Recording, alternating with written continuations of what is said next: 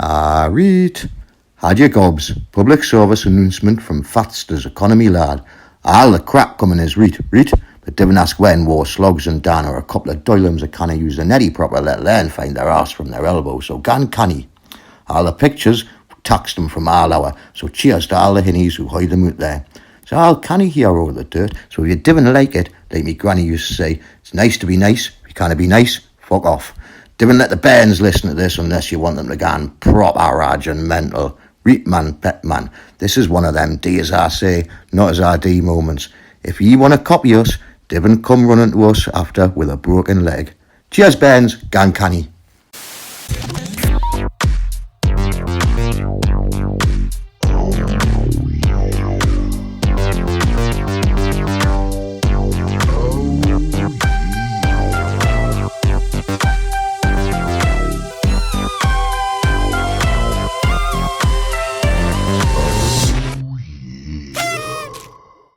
I'm Dan Watson. They're all silent. 3, 2, 1. I'm Paul Sloggett. Welcome to the Dirt. Right, for all you fucking idiots out there who's always at the back of the class, sit down, concentrate, because this is going to be the best fucking history lesson you've ever been to. Without too much ado, then we'll bring the guest in for tonight's episode or today's episode, whenever you're listening, and that is Mr. Pete Tatham. Pete is well known. There he is in the room. Long time no see. If you know mountainboarding and you know anything about your history of mountainboarding or where it come from in the UK, then this is one of the names that will keep propping up time and time again until the last few years, shall we say? But yeah, multiple champion all around the world, downhill maestro, some might say, free ride hero, others might say just another guy. Others might say. Welcome to the Dirt, Pete. Thank you. Thanks very much for having me. It's a fucking pleasure, an absolute pleasure. This one. Yeah, really is.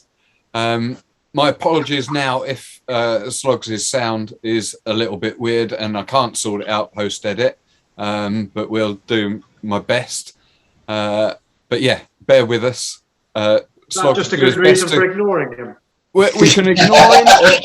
If he behaves himself and keeps calm and asks calmly, then it shouldn't flare up too much, I think. But if don't get overexcited. That's the one, exactly. If you go getting overexcited, I'm just going to mute you. I'm a fuck then. So yeah, Pete, this is effectively your episode. Your show is it's about you, not about us, is what I have to keep telling myself. But yeah, I mean, take us back. Look, up on the wall there. This, I have to say, you're probably just another deck to you, but this was gifted to you or from you to me whilst I was in Courchevel. So I remember. That has, been nice. with me for a number of years now. And on there it says custom boards since 1992. And as we all know, if you know anything about mountainboarding at all, 92 seems to be the year of conception, the immaculate timing as such. And I know you've been involved with that from the outset, helped along the way by your brother and Joe and Potter, and to name but a few. So yeah, if you wouldn't mind indulging us a little bit. I mean, most people, the first question most people get is, how did you come across mountainboarding? How did you find it? But obviously it's a little bit different with you. So how did mountainboarding find you, I suppose would be the question. Okay, so when we grew up and we were surfers, originally, and then we went into snowboarding. This is me and my brother, and then we started touring, go to south of France a lot, surfing and snowboarding, and then we kept going back each year. We'd spend, a few months here and there, Biarritz, Hossegor, in its sort of heyday, really, and travelling in the back of a blue transit van, which is what we used in the mountainboarding. So we met some guys out there, Joe Ingles, Jim Evelyn, and Joe had this wacky idea that he was a snowboarder as well, and he had this wacky idea that when there was no snow, we should be able to ride down hills. And we just laughed him off and said, "That's just a crap idea. No one will do that. You can't do that." And he insisted it could be true. So each year we'd meet up and we kept on tinkering with these ideas. And then, sure enough, he actually got off his ass and made a prototype, which was sort of half decent. Some of his early ideas, like drain pipes for wheels, just crap. They just weren't going to work. But this idea kept on going, and we kept on tinkering with it. And then, eventually, when there was something that was almost rideable, we started testing it properly, and I think it went from there. So to begin with, it was a joke almost, and it was one of those things to do in the evening or when there's no surf. So there was a lot of times, summer in France, get a few flat spells, talk about snowboarding, looking out over these rolling hills going down to the coast, and just thinking, should be able to ride them. So that's where it came from. There was no mountain boarding. We skateboarded and longboarded, but there wasn't a mountain board, so there was nothing to copy. I think the same thing. You can't be copying the Hawaiians with those big, long land sledges. Mate, you're talking pre-internet. Yeah, you're talking pre-internet. These are most of the kids around. They don't understand when you say pre-internet. What's that mean? There was just nothing. You didn't know what was going on. Jason Lee was over in America, and the guys from Freewheeler over in Australia, and none of us knew about each other. So you got them coming from surfing in Australia doing this three-wheeler, and Jason Lee coming more from skateboarding, doing like a big skateboard, and then us with snowboard boots, snowboard bindings, and trying to make it like snowboarding. So there was this sort of complete divergence of design to begin with. We didn't know about each other. So I don't reckon we knew that there was another mountain boarder in existence until probably 4 years later, 96, somewhere around there. That was the first time we saw anything that might have related. And I think that was when the internet was just getting to the point where you could actually use it and start looking at stuff. It still would have been using dial-up modems. For sure. All that crap. Yeah. There was no mobile phones that you could just tap away on. So you wanted to. I've just got in my mind's eye now. I've got an image of you, Joe, your brother, sat around some little farmhouse building in Biarritz the evening, literally on the back of fag packets, drawing. Oh, you are so right. It was actually literally. There's no CAD design either back then, is there? Really? Let's be honest. I think it would probably be more likely Rizzler packets in those days. There was a bit more room on there for drawing, and it was. It was in the back of the van. It was always in the back of the van. Joe was. He was bloody useless. Him and Jim, when they first turned up first year, they were in a little sports car with their boards sticking out the roof, and they weren't, and they were sleeping in a tent. They wondered why they got the boards nicked because there was nowhere to put them. And me and Dave were in our Ford Transit, and then they got a bit more sophisticated, bought vans one year, and we just kept meeting up and literally sitting there drinking beer, amongst other things, and just like shooting the shit and really coming up with these ideas. Most of the time we were just slagging Joe off, I think that's probably what we predominantly did to begin with, because it was insane. I kind of one of them worked. Well, this is it. I kind of feel like I not missed Joe Inglis, but Joe Inglis, how did you pronounce his surname so I can get it right? Ingles. Joe Ingles. He sort of started to move away from the scene just as I got involved around 2002, 2003. So I think there was a crossover year or two where he'd have been at a few of the events. But I never really sort of got to that. What happened was I was at uni and I left uni in, I don't know, 98. And by then it was proper. We were getting places and thinking this was good. And we actually set it up as a proper company, and we did all everything, limited, VAT registering, all of that. And I think there was the four of us to begin with. It was only about a year or two later. Joe he was a vet and did a lot of vets in practice, if you remember. I don't know if you remember this sort of. Yeah. You got to remember that.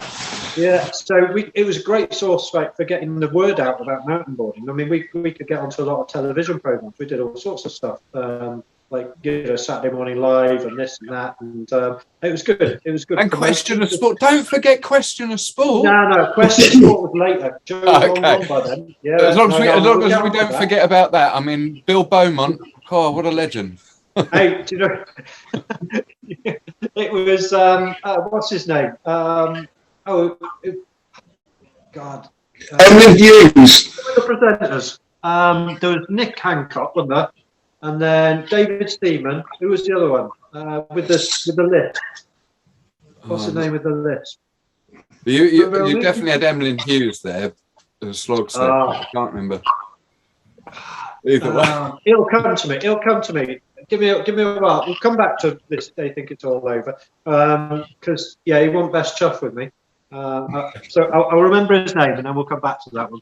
But to begin with, Joe and Jim and all of us, we did set off, and then they had these other avenues to pursue, and I think the money wasn't going to be there, not for a long time, and they were getting more into families and stuff like that, so they ended up following other avenues. So it was just me and Dave who took over.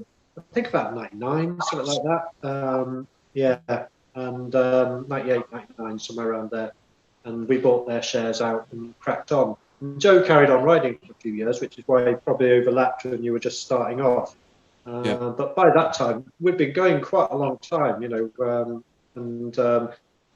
thought the market was going to explode earlier, and it didn't explode to begin with. And then maybe 2002, that's when 2001 was a good year, and 2002 it really kicked off. But by then it was just me and Dave, and then we started building our team. So were you knocking up these prototypes in your garage, just like? To begin with, it was in Joe's basement.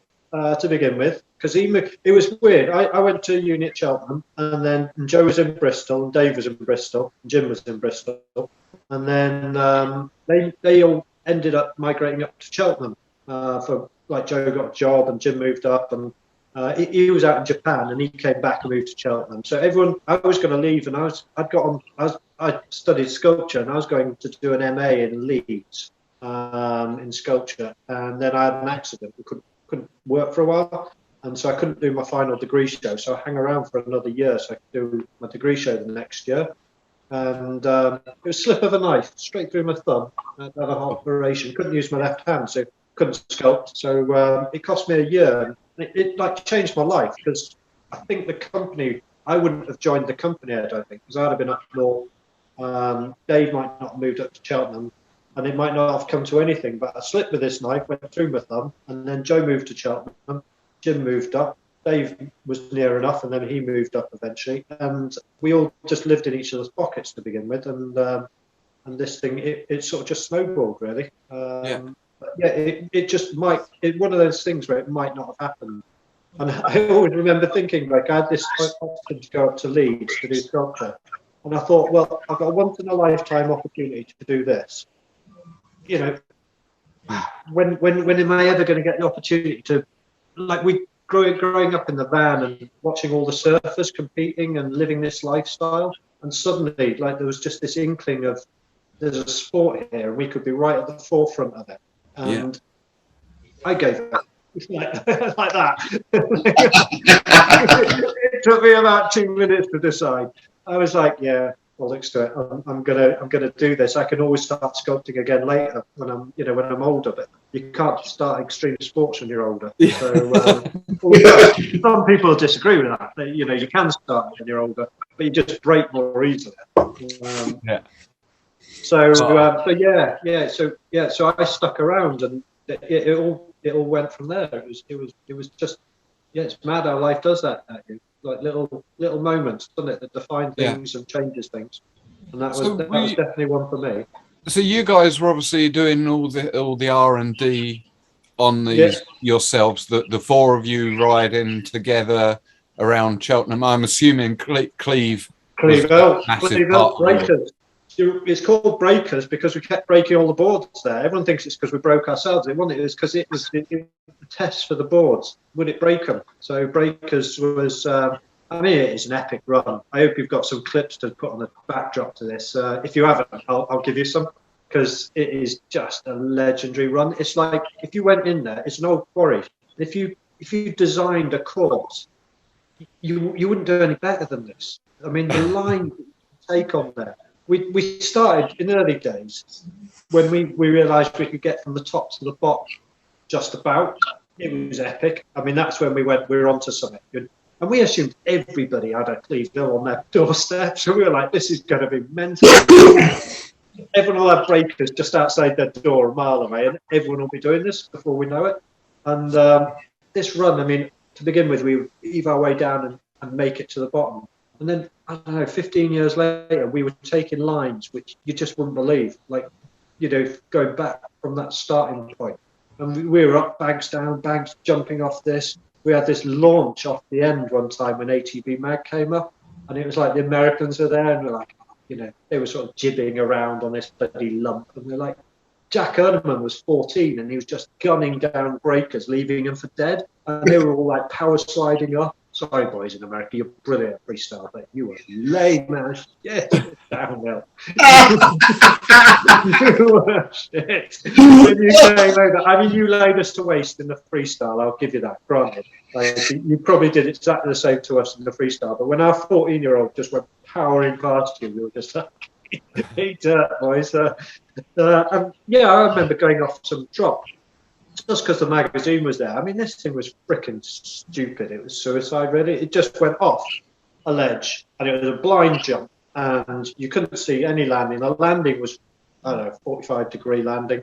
It was a long, long way down. I mean, to give you put it in perspective, we had alternative breakers, which went round this left-hander, and then instead of going down the barrel, down the normal breakers, you could cut right and go round a bank and cut across the bank, and then jump and drop onto this sort of nice slope, and it was like a real nice drop to the left. It was freaking ace. But I had this idea. Just out of interest, is that the one with the? I mean, today I'm assuming that the sheep track, the steps are up there. That's it. Up the middle of it. Only reason I mention it is because we had Ash Mulholland on a couple of episodes ago, and we rode at Cleve. End of last year, was it, Slog? September, I think it was, maybe. Yeah. And the kid had never. I think I'm right in saying that I don't think he'd ridden that line before at all, and just popped in, you know, rode breakers down, then took alternative line and 360'd straight over the top and down into it. Well, that's it. It was more like a 270, wasn't it? It was almost like an drop. Yeah. That's exactly it. So that was alternative. And then, so the line I decided was where you turn left on normal breakers, just go straight on, and then you go off the end, and then hope. The idea was that you'd land on the downhill. But Christ, the drop was just so big. I don't know what I was thinking, because the speed you were going to come out of the bottom at was just like insane. But it was a blind takeoff, so I just took off and hit the path that you take on alternative breakers. And it just skipped me into a backflip, and then I landed at the bottom on my head. It was one of those things where you go, and the anxious go, do you do that all the time? Well, we didn't do that line, but we did stupid shit all the time when we were out. We kind of just rode until you realised you couldn't do that. Yeah, that was how we progressed. We didn't. Dave was better than me. Me and Andy Pott. He was just, when he joined, I mean, he was as good as another brother, really, Andy. So Andy's, I was selling boards in our unit, and Andy rolled in and bought a board off me. I think he bought the board in a shop, and he wanted some boots. That was it. So I sold him some boots, and I was talking to him about protective equipment like knee pads, wrist guards. I don't need any of that. I was like, I'll see you in a few weeks then. And sure enough, he came back, and he'd just come back from Nepal, and just before he went to Nepal, he had a smash on his board and ripped up his arm, and then went to Nepal. It got all infected, and he was having to squeeze the pus out of his arm like this every day at the doctor's, and it was all just gammy and nasty. So he came back after Nepal and said, I'll take some pads now, please. And he was a pretty I've cool got dude. a feeling that he, when I first started, I got into it down at Ride the Hill in Priory, and at the time when I got into it, I was friendly with a guy called Doug who used to run it, Aussie Doug. Yeah. And he had a surf shop in Surrey, about 30-40 miles from the sea. I quite know why. But I remember going in there to buy a longboard that's still over there now. And I'm sure that I picked up a copy of some magazine, and it had Andy Potter on the front of it. And I think he was riding a dirt surfer. Yeah, he did. You're right. He did a bit of dirt surfing. So, Andy, to begin with, Andy was just, he'd come back and got these pads off me. And I remember I don't know what we were talking about, but anyway, he was local. He was in Cheltenham. So we said, let's go out for a ride, because that's what you did. You meet someone who mountain boards, you've got to freaking ask them if they want to go for a ride. Yeah. He was like, oh, yeah, all right. Thinking, but going out with the boss of No Sno, or one of the bosses of No Sno, that's been on top form. And Andy, fair play, he hadn't been riding along, but jeepers, he was on it right from the start. And he had this mentality of just aim and point and go, just point and go. So we did this run called W's up at Cleve again. And it's like if you go up to the rising sun, it's just up from there, and it's two natural half pipes on a steep slope. They're not quite half pipes, but it's a bit like that. And we were riding down there and just set off and go. It was first run with this lad. And he went down. I was like, fair play, he guns it. Followed him down. And halfway down the slope, I hit this beer bottle, and it went clang against the bottom of my board. I looked down because I wondered what the hell was going on. Saw this beer bottle go smash into my board. And with that, of course, I was looking forward, hit a par, and just catapulted. I went arse over tit, over tit. And Andy cleared off into the distance. And then eventually came back a bit later, and there was blood pouring down my face. And he was saying, okay, maybe I shouldn't be too intimidated with riding with this guy. He's not as good as I thought he'd be. So from then on, we were just out. He was paver at the time, and he was making good money actually, and he was paving. And then we were just riding. So whenever the weather was good, he'd just bunk off work because he was pretty much his own boss. And we'd just go out riding and testing prototypes. And it was just brilliant. And we just got into this mentality of go until you crash. You just went, and you went as fast as you could until you crashed. And then you went, try again. And that was how we operated. And then Dave, when we went out to France for the first time, to the Pyrenees, we took that attitude with us. Christ, it was like that was the first time we had introduced body armor, because before then, we started, we had no helmets, no pads, and you'll see that at the start of Us and Friends, no pads, no helmets, just big smile going down the hill, thinking that'll save us, and then we had some pretty big crashes, and then eventually we knew we had this trip going to the Pyrenees. We thought we've got to maybe think a bit more carefully. Dave had done a little recce mission. Yeah, he went on his own. Fair play. So Dave was out. What are you doing? He must have gone out surfing, and he stayed longer than me. And he went over to the Pyrenees when the lifts were all shut, and he found this train which went up this mountain to the top. And he went up there on his top with just a little pot, a pair of wrist guards, a pair of knee pads, and rode down this mountain. And I reckon I wouldn't be surprised if he was the first person to crack a mountain for the first time ever, and it was on his own, and he hurt himself something chronic. So we had that in the background. I mean, he beat himself up properly, but he got down to the bottom. I'll have to look at the name of that one. It's on Us and Friends again, because the following year, the three of us decided we'd do that, and we'd go out there and we'd tackle this mountain. And we knew the lift would be going in the summer. And yes, but we thought it talked about these rocks and like, you know, riding down grass, one thing. We'd pushed out into the trees. We were riding a lot of mountain bike tracks in the trees and stuff. But he maintained this thing was just rock after rock, and when he crashed, he bounced into rock. And we thought, all right, we better not ignore him. So we started looking at how we could protect ourselves, and started looking at body armour and what other sports did. And we went down a motocross route. So we ended up sponsored by Fox.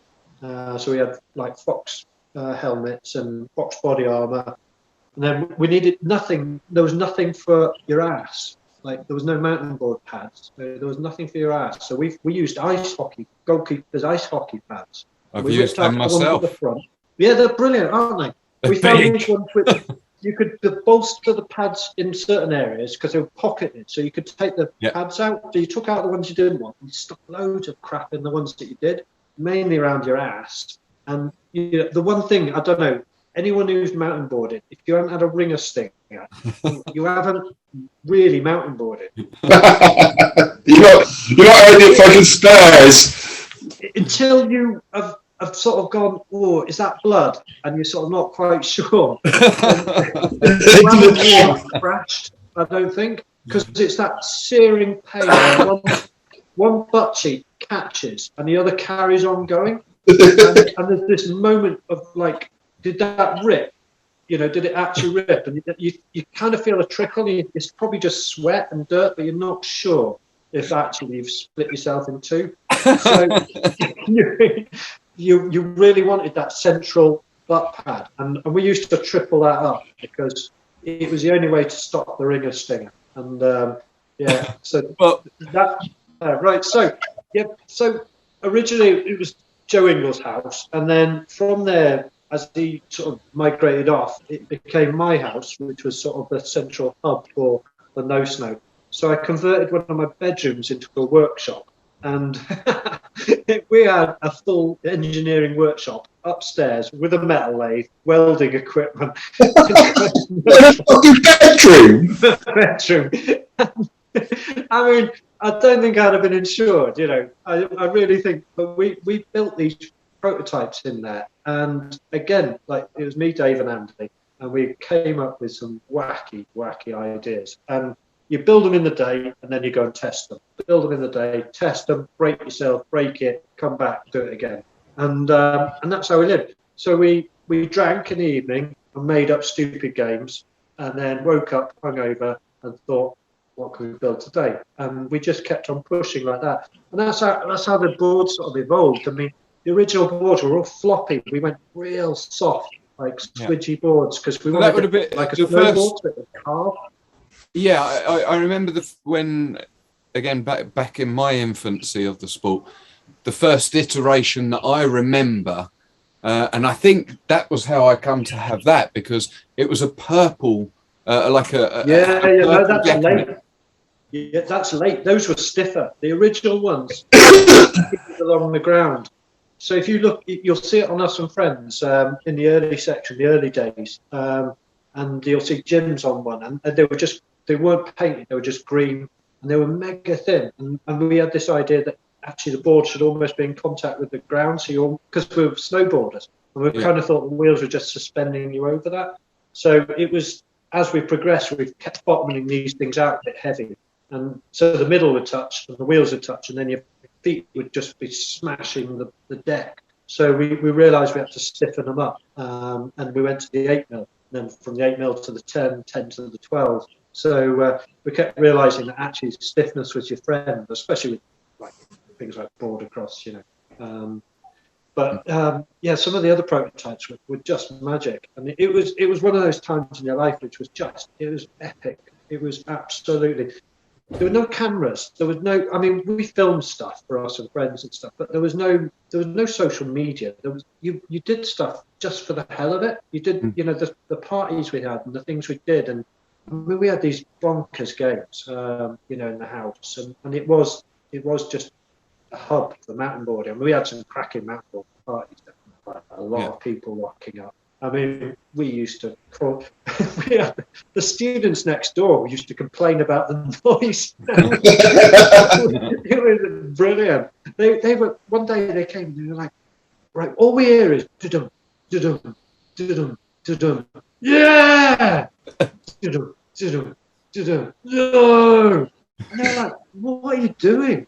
And we had this game, Stairball, and you had to have a few. You know, you didn't just drink to play Stairball. You had to proper off it. And the game was, you had a tennis ball, and you had to throw the ball and into the first step and catch it with one hand.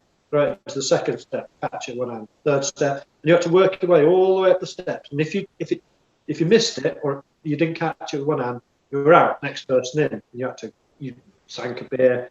Had a smoke, came back round, repeat, and then if you got to the top of the stairs, which was difficult. I mean, it's a proper challenge. You try it. Anyone who's got a straight, flat set of stairs, at the top, it had to go over the top, hit the back wall, and then come back, dodge the balcony, and come back between stair and balcony, like for the landing, and catch it. And then you worked your way back down the stairs, and then repeat.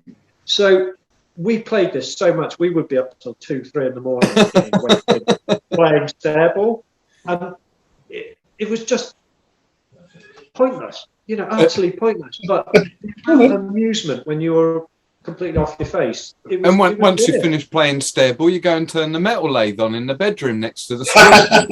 Get the roller out. Well, I tell you what, it did not free up some good ideas though when you're properly on it, because you just watch back the videos. You see, that was the other part of the evening was you'd go out riding, film it, watch it, get wasted watching it, play stupid games, stay up all night, play Stairball, play ping pong, which is even better than Stairball. Ping pong is like on a different level. It's not proper like table tennis ping pong.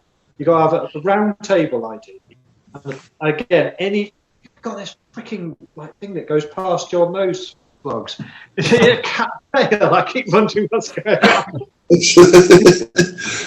And you've got a round table, then you have to have an implement. It could be anything from a saucepan to anything you can find lying around the house. And you basically, the only rule is you have to hit the ball up. It has to land on the table, then it's the next person. And you're allowed to circulate around the table. 8 to 10 players, ping pong, just, again, hours and hours of fun. And so, yeah, we would design boards, watch videos, play ping pong, play Stairball, play blindfold obstacle course race. This was freaking brilliant. You had to start in the kitchen, blindfolded, obviously. You're allowed to walk the course once. And the course consisted of like a series of obstacles, like getting over this, under that. And then the first big challenge was we had a big arch between the dining room and the living room. And you had to navigate your way there, you hope there. And then there was something you had to jump over. But if you were in the wrong position, you have to put your hands behind your back.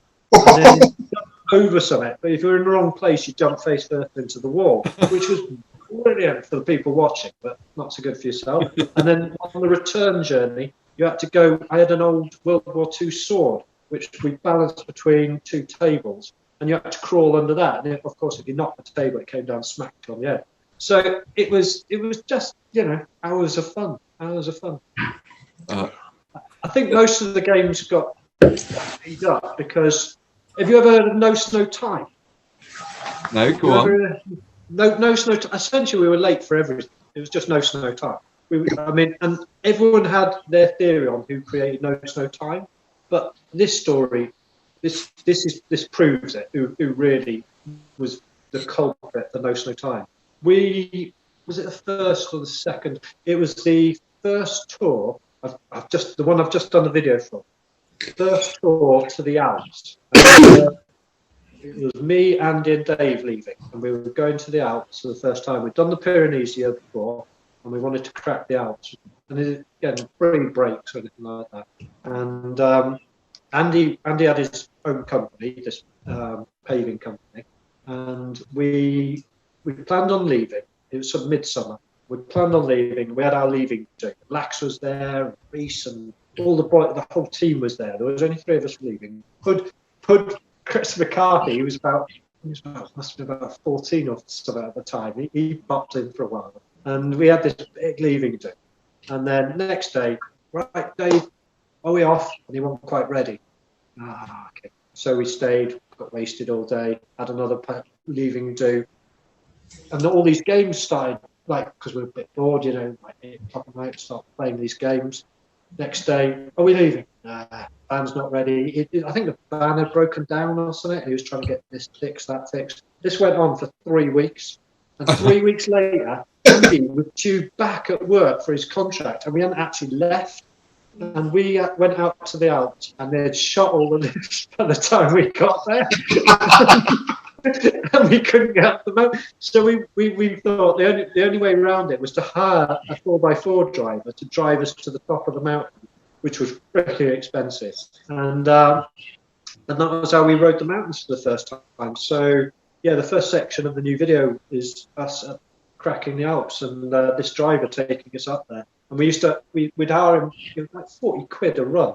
So you didn't do a lot of runs in a day. You sort of did a section, walked back up, did a section, and just kept on working your way down. It was absolutely awesome. We were in the blue van again, and then we took the blue van up this mountain. It was brilliant, like battering. Remember, we were filming, and we were like, "Come on, you're fine." And boom, the bottom of the van, and a bit fell off, and puff of black smoke comes out of the back. Just mind blowing what we got up to, and we found some amazing runs because there were no lifts open. So we just went out driving in the mountains and walking, and we found some brilliant stuff. But yeah, we were that late. So Dave, that's freaking No Sno time, is Dave. Dave was freaking useless. What? So when you sort of knocking out these prototypes and you're like a little cluster in the UK and you don't know what's going on in other places, what are you calling this new sport you seem to have sort of invented?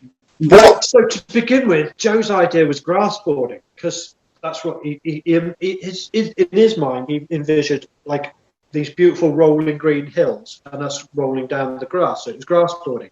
But me and Dave, we wanted to hit mountains, and I kind of, it was always our jibe really, was that we were the only real mountain boarders, because a lot of people like rode them in parks or did freestyle or rode grass banks, but tackling mountains was something. So for us, it was always mountain boarding. It was always, I think for a while we tried to make it generic, so we called it off-road boarding at one time. But we ditched grassboarding straight away because in our minds we wanted to go where we went snowboarding, which is the mountains. So yeah, it's a mountain board. It was just the term that really eventually stuck. I think off-road boarding is just a bit long-winded, isn't it? It's a bit of a mouthful. Sorry? It's a bit of a mouthful, isn't it? Yeah. It just doesn't roll tongue, does it? So for us, it just summed it up, mountain boarding. Yeah. So and it was always in our mind that we wanted to be in the mountains. So, I mean, right or wrong, that was our vision. I mean, you take, like, as it turned out, everyone thought it was going to outperform snowboarding. I think one year it did, even like in the early 2000s, or 2002, there was a lot of board sales. But then, it sort of that peaked in terms of number of board sales back in 2003, probably. But we'd taken what turned out to be quite a niche sport and said, right, let's take quite a small market and then let's make it as hardcore as we possibly can.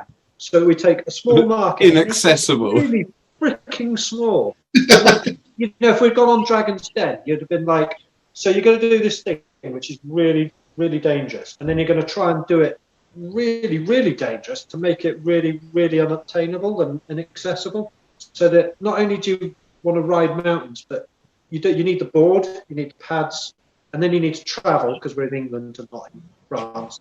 And in many ways, it was brilliant and naive, but it was true. It was what we wanted to do. And I think if we wanted to chase the money, we'd have yet produced another MBS style board. You know, we had that offer. We were working with a company, and they said, "Oh, we could manufacture this in China, and it would come in the shops at the price it cost us to make a board." And we're like, "Well, you know, we weren't in the mood for selling out. I don't think, irrelevant of what that meant, because for us, it was we still thought that there was a lot. We wanted to hit mountain bikers, because mountain bikers were used to spending money on equipment. They spent thousands on the bike, and our top board was 2,000 quid. You know, it went over 2,000 quid. And the problem was, a lot of, as I was watching the Steve Burbeck interview, and he was talking about why the parks fail, because we're all a bunch of tight asses. Well, you know, that's because we come from skateboarding, I think, and that sort of background. A lot of people, and you know, it's not a real like rich kids sport, is it? And, No.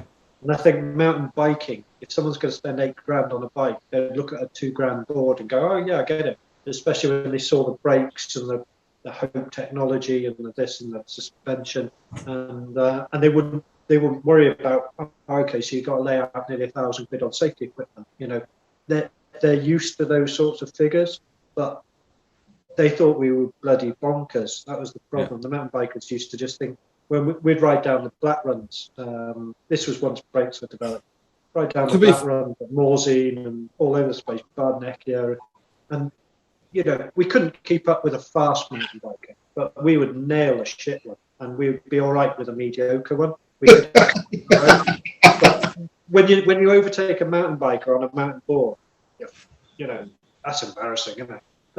Because they've got pedals and shit like that. I get to do that quite a lot with the electrics, Pete, and that feeling, that annoyance is still there. Yeah. I mean, it was epic, because you'd get out at the top of the lift, and the eyes on you were just like everyone was looking at you. It was just insane. I mean, we were talking about R&D earlier. I think that was where we took it to a different level, was that whole downhill board. We aimed at the downhill market, and it was such No Sno's had a massive reputation for being bulletproof. Yeah. Okay, sorry. No, Tramper had the reputation for the bulletproof part. Yeah. But no, you know, No Sno's were pretty indestructible for the most part. I mean, little bits at kingpins, I suppose, might fail. I mean, axles might get a little bit out of kilter and stuff, but it was one of those ones. Once we went to the flexi axle, that's absorbed a lot of the shock. And with the kingpins, we called them the bush pins, but they originally, we started with M10 because we wanted to, you know, Joe was more freestyly when he started the company, and we had to remold everything for the bushes to take the M12, because we were hitting trees and trees were bending shit like quite a lot. And the end plate, we used to bend the end plate when you stoved it into something. And so we developed away from lightweight, because there was no point in competing with the likes of MBS on lightweight, because they were doing it and they were doing a good job, you know. Got a lot of time for MBS and their design, and all the companies, they all had their little niche, you know, but that's not what we were about. We were ragging down mountains. We were hitting proper speeds. I mean, people, I did 40 miles an hour, and it's like, done 40 miles an hour, and there aren't many people, when you actually get up to 40 miles an hour, 30 miles an hour is quick, you know, but 40, everything comes at you freaking fast, and the crashes and things, it had to be heavy built. And the rocks you're hitting, if your board is too light, it would just skip around and smash into them. And you needed the big tyres to soak it up and manipulate. And we used to run our tyres at 5 psi at times. You know, you could push your thumb in all the way to the rim, and that was the key to hitting these proper mountains. Was, you know, 9-inch. You could do 9-inch on like on a mountain bike track. That 9-inch were really good because they were that bit more floaty for all the. I went through a stage of using a lot of 9-inch on like places like Livigno, where you get like a 15-minute run, 15 minutes top to bottom, and it was just flowing the whole way. But with the 10-inch, after 15 minutes, your freaking legs were killing you, and there was a lot of doubles and jumps, and there was a little house thing you had to jump at the end. it wasn't massive, but it was, again, a 10-inch wasn't ideal for that. So we did drop to the 9 for that. But you wanted a solid construction, and you didn't want your board breaking, and you wanted it to hold its line, and and not be just knocked off ground. And so the boards were heavy, but that's where the snowboard boots and bindings. The whole thing was you and the board were one. So you weren't riding on it; it was you were part of it. The whole thing was, you felt everything. You could hanker into a corner, just brilliant. Like when you really found a big right-hander, for me, toe side, and you could just lay out, just palm it round. It was nothing like it. And I don't think other boards were the same. I think you rode on them a bit more, and I think the downhill you had to be strapped in. Without a doubt, I took my Comp 16 at the time out to France with me, and I had the No Sno, thanks to Peter Jones at Pleasure, and I think I did maybe the first couple of days on the MBS, and soon realised that whilst it is a tool, it is not the tool for that job, if that makes sense. And the moment you get on a No Sno in the mountains, you realise that is the tool for that job. I mean, did that? I'm going to draw towards a particular aspect of the design, only because I've got a question from Matt, but it is quite an apt question, really. Did the designs that you guys came up with for the trucks in particular, did that have a bearing on the terrain that you was trying to ride? How did that design for those twin kingpin or parallel kingpins with the top and bottom rubbers on them, because they perform particularly well in that, and I don't know if you know much recently, but there's a bit of a resurgence in twin kingpin and parallel kingpin truck design at the moment. Right. Especially in the electric world. Well, before we go on, let me give you the question, because I've already potentially spoiled it enough, and it's like a standard. The chairman's question, Chairman Brind. So he is on.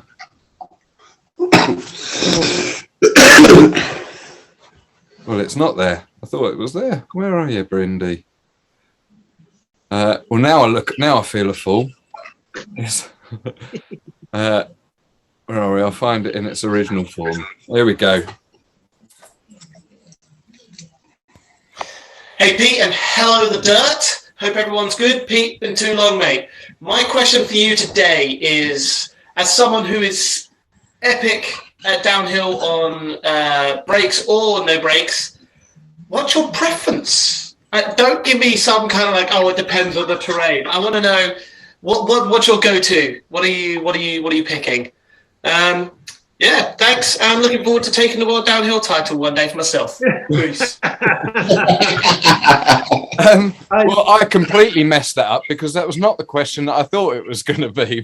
But answer away on that, and we'll go back to the. I didn't really catch what his question was. No, his question was brakes or no brakes.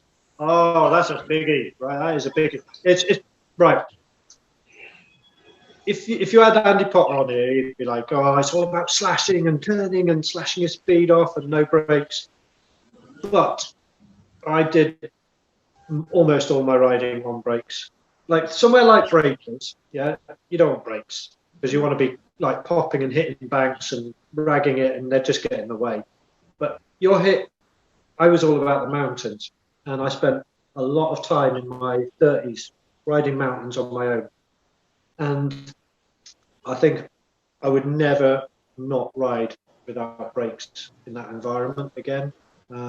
It was epic. I mean, what it opened up, it went from, can I make it down this, to I'm going to rag down at whatever speed I want, and I'm going to hit this how I want. And it was transformational. Like we, as a group, the first time we went out to the mountains with brakes, we went down this. We went out to Switzerland for a while, and we did this sort of 7-mile run. And we didn't fall over. We didn't stop. You just rode it top to bottom, whatever speed you wanted, and it meant you could go an awful lot quicker because you could always just. I mean, don't think like brakes are there and you put your brake on and you stop like that. You had to learn. It was an art form. I mean, you've got the front on the front, and they are independent, so they work off one lever. And the hydraulic. But if you imagine you put the slightest amount of weight on one wheel, other wheel's locking up. So when you're going quick, you not only have to know that, you have to adjust for that and apply your brake and your weight in a certain manner. Otherwise, it just spat you out and chucked you. So it was an art form, and I spent years like getting the hang of brakes, and I think it made the difference, all the difference to me, because my riding just stepped on. When I spent 3 months on my own just riding in the mountains, and it was just day after day with the brake, knowing how it would handle and how it performed. And it is totally different style of riding. And until you can do it, I don't think you get it. I don't think you get how quick and fluid you can go. And I think that's what like made the mountain bikers stop and look and go, Christ, you're going down this black run with that, but you're going down it clean. You'd have the odd stack, but so do they. But you could hit it properly. It wasn't, can I get down this? It was like, I'm going down here and I'm going to do it how I want. So brakes all the way. I mean, don't get me wrong, I love riding without brakes. And there was always the world downhill with brakes and the world downhill with no brakes. And I remember in Italy doing the world downhill with brakes on a 12-inch, and it went. I mean, it was quick. You never ride a 12-inch without brakes, although I think Andy Potter did once. But they are lethal because you put it into a power slide and your wheels will just disappear on you. They just shatter, and you're left with 2 axles and no wheels because they were not designed to go sideways. But I remember riding that. I did both comps. Theron was there as well, and we were like, right, we finished the. It was a weird format in it. You had Bardenecking. It was a long run. It was like a 3 or 4 minute run, and you had to do it 4 times in a day, and the best 2 times counted added together. And we got our 4 runs in. There was about half an hour left in the day, and they were like, "Can we do the no brakes as well?" They were like, "You got half an hour." So I dragged it up the lift, straight down on my 9-inch. Back up the lift, straight down on my 9-inch, and I was like, "Yeah, it was pretty good in no brakes, I gotta admit." And I was 2 seconds off on the time. It was 2 seconds difference, and that's it. Over. I can't remember. I think I was trying to beat 3 minutes dead. I was really pissed off because I only did 3 minutes and 1 second, and I did 3:03 with no brakes because you just had to hit it flat out. You couldn't slow down. And it was, I think that was the first time they ran the world downhill there, so I got both titles in one day, and it was like, I think that was the best mountainboarding day, like competition day I've ever had. It was just sunshine, and then we were all out, and we got absolutely wasted that night. It was brilliant. Italy, they could hold a party there. They were. Oh, they can. Bardenecking was. What year was that then? Right. So. First one was 2005, and then there was 6 and 7, and then we lost the sponsor for a while, and then it came back. I think that was 2010. Yeah, because I took a year out. I took a year out of boarding pretty much on 2005. I did 1 comp. I think I did the World Downhill and a tour, but I had a bit of time off. So it was, like mountainboarding. I was watching the Steve Burbeck interview, and it was like, by the way, that was us who used to ring him and sing Queen down the phone from Bardenecking. After it wasn't "We Are the Champions," it was "Don't Stop Me Now." So come on, Steve, you can't even remember that. I think we sang "Don't Stop Me Now," and then when it finished, we went into another song. And at that point, he said he gave up listening. It was brilliant. I think singing is like overstating it. We shouted pretty much down there. Well, it was right. It was 3 o'clock in the morning. But yeah, anyway, I've lost my train. Where were they? What were we talking about? We were on break or no breaks, and I think Break or no break. we talked. We'd got to Bardonecchia, and I think you were basically saying that breaks allow you a bit more flow in the Yeah, for sure. I mean, again, in Bardonecchia, there's a black run there, and there's North Shore as well. Now, you can't do North Shore without a break because, I mean, we're talking proper North Shore where you're up high in the trees, and it's that wide, and then I'll put in a really tight 90-degree corner, and you just have to ride that stuff with brakes, and it's brilliant. I mean, there was only a certain. I wouldn't go probably much over room height, but sometimes you were like room height up on a little bit of North Shore, going, right, I don't want to fall off this, and you had to have the brake just to slow up, get around the corner. There was nowhere to slide and stop. You were on North Shore, and it was just over the width of your board. So I got a lovely, Lavinia was good for that. That was another place where it was really good for North Shore. I put brakes all the time. It was just I was a bit on my own. I think like Dave ended up getting injured, and he had to stop riding earlier than me. He wrecked his shoulder, badly, and he just it was one of the team accidents. We all did our rotator cuffs.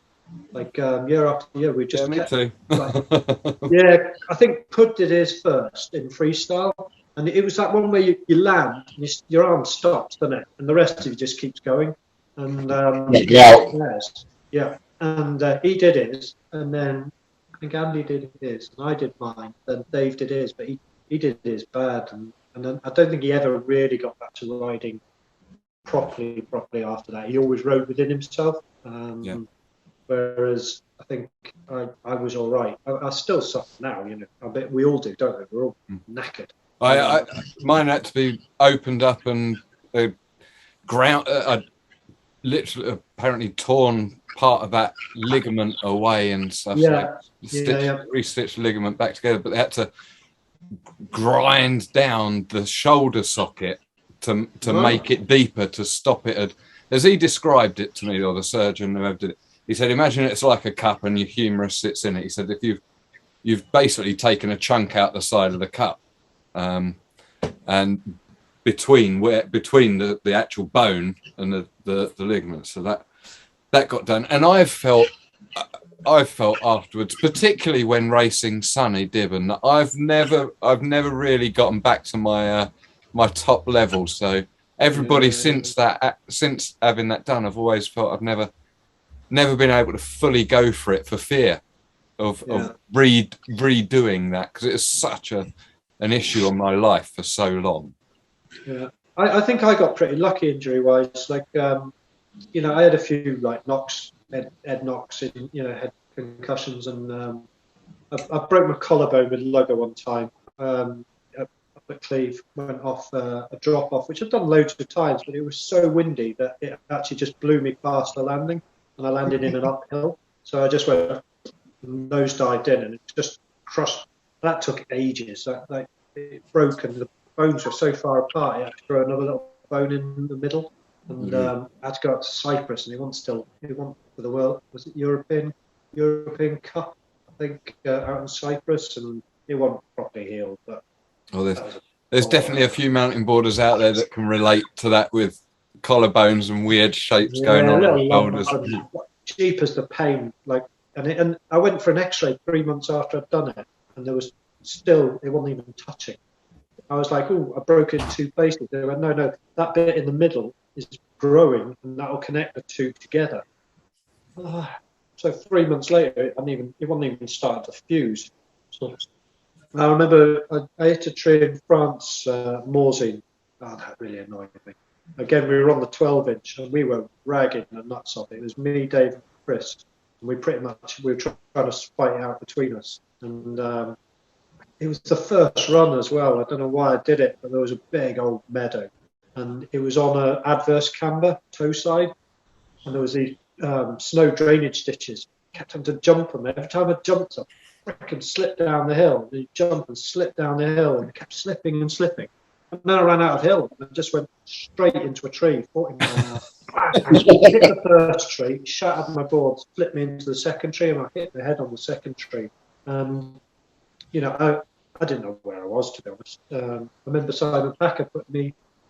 I remember, you know, when you have little snippets. I remember him picking me up and driving me back. I don't remember much else. And then the next thing I knew, I was in this tent, and I was on my own, and I was like looking around, going, no, like this. And then I looked out of the tent. I could see a ski lift. I thought, I reckon I'm at a fun park or something like that. I think I've fallen off one of the rides or something like that. I had no idea what was going on. And then it was like click, click, click, bit by bit. I was sort of piecing it all together, and I worked out where I was. And then I was like, oh, and then I started going, do you know what? If I can remember from the start all the way down, and I remembered it all the way to crashing, oh, I'm all right. So I went, put all my board back together again, put it all back, got on the ski lift. No one stopped me. No one even knew I was doing it. Got on the lift, got all the way to the start line, and you ain't riding. I was like, why? I'm fine. They wouldn't let me ride, and I was annoyed. But it turned out later on, like, I was speaking to Andy, and he was like, don't you remember I crashed next to you? I was like, nope, don't remember any of that. So, I think they did the right thing by saying maybe you shouldn't do another run. It meant I missed out on the Morsey fight. They gave you the brilliant slates. I really wanted, like, I've got a year missing. I've got this year missing in it. One of those. Is that what you're after? Yeah. They're the ones, Morsey Mountainboard Fest. I have got quite a few. I was going to say, I didn't mention earlier that one of the years that you missed in Bardonecchia would have been 2008. And but I have to bow to greatness and admit you would have whipped my ass if you had been there. Hey, if you're not in it, you can't win it. You know, you've got to be there to win it. So well played, sir. No, Bardonecchia treated me well. I never lost at Bardonecchia. So they're such gracious hosts, and I don't know whether it was the same when you went there, but it wasn't camping. Like it was. No, they put you in a hotel. Like they put you up in a hotel. I won a watch, like a decent watch, and like. Hey, I've got a comedy check. Do you want to see my comedy check? Yeah, do we want to see a comedy check? Yes, we do. Hold on, is it out? I might not be out. I don't know where the comedy check is. Oh, it's not out. My wife bans all these things. Here, this is my Bardonecchia half cup. You can see it. Let's see if I can. Lovely. There you go. Hold on. Where's me Bardonecchia cup? That one. And they had this insistence that they'd give you the biggest trophies. This one's Bardonecchia as well. But I've got this ginormous Bardonecchia comedy check. What's she done with it? She's hidden it somewhere. I won 200 euros, but it was only 200 euros. But on the check, it looks like it says 200,000 euros. So you put this thing up, and when people come around the house, I used to go, "Oh yeah, won that at Bardonecchia," and I'm like, "Bloody hell!" So, I loved it. They were epic, weren't they? What hosts! You got like a Michelin-star meal and all sorts when you arrived. It was Branch was like that. First year at Morsey. Did you go? Were you first year at Morsey? 2004 that was from. So no, 2003. There was definitely a 2003 one. Yeah, I think it was 2002 as well, or even 2001. I don't know where my slates are either. I've got all these trophies, like, and that's the sum total of what I'm allowed out. The rest are all boxed and epic, and I'm like, ugh. But, you got to swap them out occasionally, change them over. Yeah. I've got my glass ones through in the other. I've got a room full of glass ones as well. This sums up mountainboarding, doesn't it? I went to Cyprus and we did the European Cup, right? And for the European Cup, you win. Hold on, I'm going the other way in the house this time. This just sums us up as a bloody sport. Right? How bloody useless are we? Here we go. So, bear in mind, this is the European Cup. Do you get a cup? No. Do you get a nice little glass cup? You know, how stoned was the person who decided that? Oh, brilliant! Yeah, and knowing that person. Oh, have I killed you? Well, there you're back. Technical glitch. Sorry, I'm not very competent like that. Yeah. So I know who organised the cut there, and they would have been very stoned. So.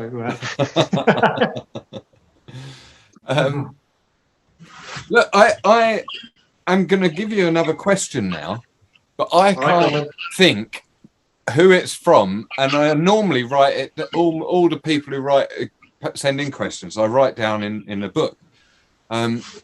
Because I'm old school, I don't do it on computer. I'll do it in. No, I'm with you. Yeah. I thought you had a chalkboard. Yeah, I've got one of them up there, but I haven't written it up. And I'm going to apologise now for not saying who it is. So what I'm going to do is I'm going to go silent for that part of the introduction, and then afterwards I'll just put in in Stephen Hawking's voice their name or something like that. All right. I'll see if I can guess who it is from the question. Okay, well, it'll be an interesting one. So this question has been sent in from. And he's a wanker. It's definitely Adam. Going back to the Twin Kingpin design there. Oh yeah. How do you feel about that modernisation now? I mean, like I say, if you've not come across it, I'll send you through some images. So in the electric world, Evolve skateboards they have an all-terrain battery board that can swap out to urethane wheels. It's pretty much a plug and play machine that you can buy mass manufactured. That has a twin kingpin design, but skate truck styles kingpin. Yeah. And then in the last year, there has now been Apex Airs and Tramper IRs, and they're both now twin kingpin design on there. Yeah. It's not quite the same as the No Sno, because they are the way that the actual boards are slung are differently. Oh, here you go. So that's the Tramper one. It's not a great picture though, I don't think. Yeah, it's the one down the bottom left. Sort of looked. Stick it back up. Stick it back up, Suggs. Yeah, hey, I'll try to get it a bit focused. Oh yeah. From the side profile, looks a bit like ours, doesn't it? Yeah. Yeah, I'm with you. But obviously it's kind of flipped and reversed, isn't it, a little bit? Yeah. To the way you guys had it. And the question was, as it came in, I think I'm right in remembering that it was, not only have you started mountain boarding, or the No Sno started mountain boarding in the UK, let me rephrase that, but also it still continues to influence modern designs now. And do you have any thoughts towards that? Considering that, the electrification, certainly of mountain boards, is a big, or is an up and coming thing. They're all niches, aren't they? Still, even today. Yeah. But I know that Simon Neck rides his Tramper deck with a No Sno flexi axle on the front. Yeah. There are a few people in France who I know have electrified No Snos. Manu Hassout is one of them, and a couple of other lads that I'm sorry, I'm bad with remembering names off the top of my hat. And I've got to say, they look tasty as fuck. And if they go anything like my Tramper goes, well, as you may or may not know, me and Slogs have ridden that up and down Snowdon and Pen y Fan. We're off on a top secret filming trip to to Scotland. Not that top secret now, is it? In the near future. I didn't even know it was top secret. I've told my mum.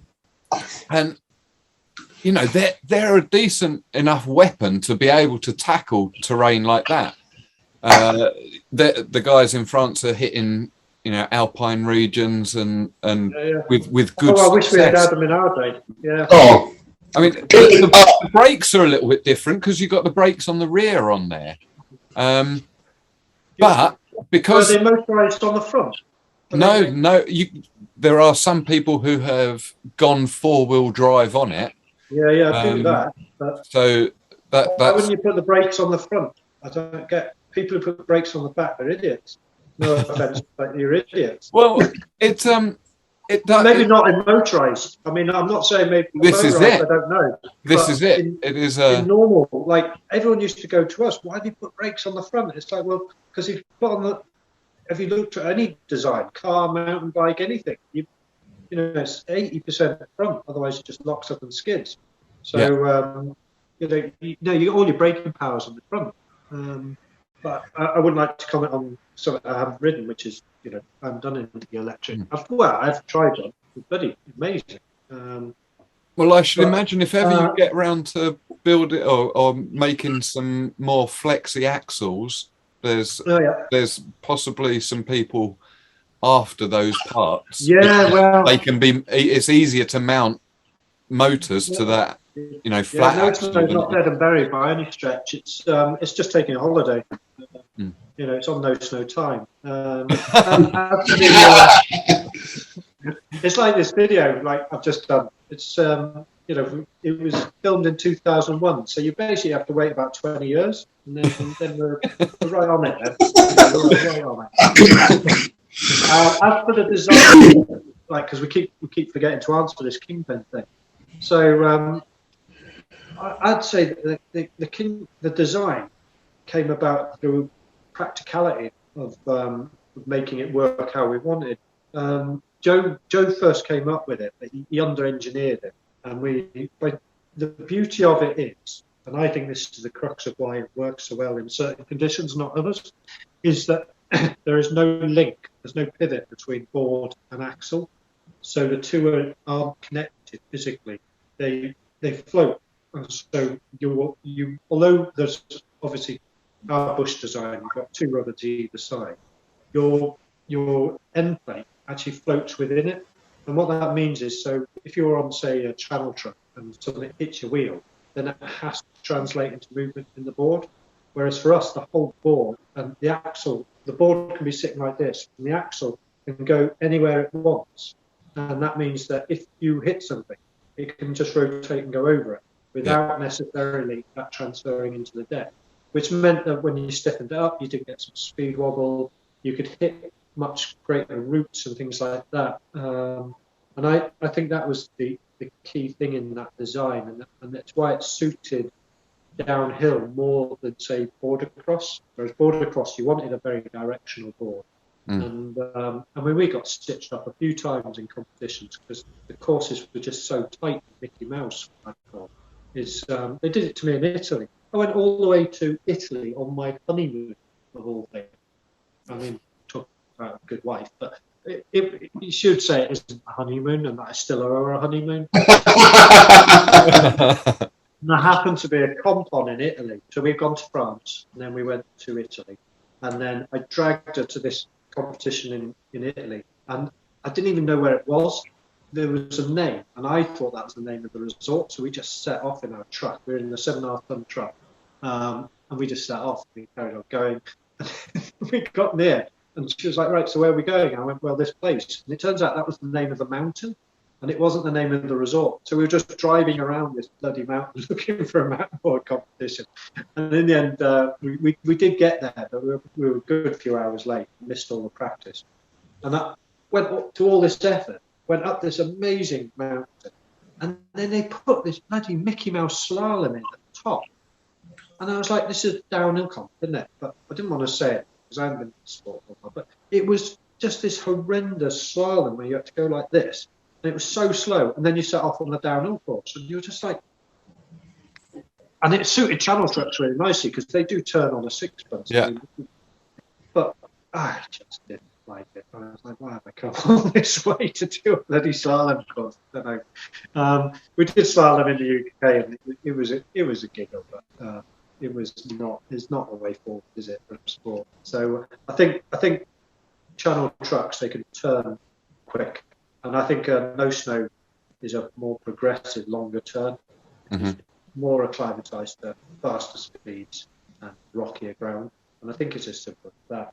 I think it's courses for courses. If you want to turn, it's that classic thing. If you want to skateboard that wobbles around, it's fine. You can do real sharp. But as soon as you've got some speed up, you're not going to like it. Yeah. It's going to try and kick you off. Whereas ours, you didn't turn it. You had to anchor it to a turn. Especially when we set our boards up. I mean, people got on our boards and they couldn't ride them. Mine especially, because I used to ride mine so tight, and you learn how to make it turn by applying more force in the corner, which made it a much more like, you felt more like the snowboarding, surfing feel, which is what I've said all along. You and the board are one. You're not riding on it. You're part of it. So I think that is, and maybe with these off-road electric boards, they are riding terrain where they need that deck to be able to stay flat and to oscillate over the terrain without twitching and throwing them off. Maybe it's a weight thing as well. No, I think you might be onto something there, Pete, because the people who are riding off, electric mountain boards, whatever style they are, they haven't got the groomed border crosses and stuff that we would have had back in the day. Everyone is riding country parks or bikes. Okay, I suppose some and walking tracks. Like it's Oh, well, it's all free ride. So. I live where I used to mountainboard, and I'm up near Cranham and like Scout Hut and all the runs that were on us and friends, and it's now home to me. But I look at it and I go, electric boards were kicking about now. I'd have been thrown off this place a long time ago. They'd have pitchforked me out of the village, I reckon, because I would have decimated it with an off-road. So I think they sound like a brilliant thing. It was attempting to sort of, when you think, I missed out, am I too old? Speaking of which, Matt Friend, if you ever bother to make a world downhill, I'll come out of retirement just to come and give you the pleasure of that competition, because I think if you win it and I'm not there, you're never going to quite feel like you've won it. So,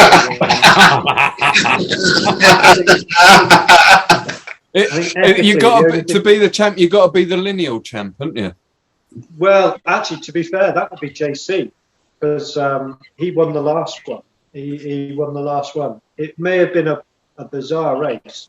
So it was at Lessees in France, and I think they were so stoned that they couldn't be bothered to send everyone and spend all day doing it. So they sent every rider, about 50 of us, at the same time, and it was first to the bottom one, and it was pretty cool. I was going to say that sounds equal measures of carnage and amazing.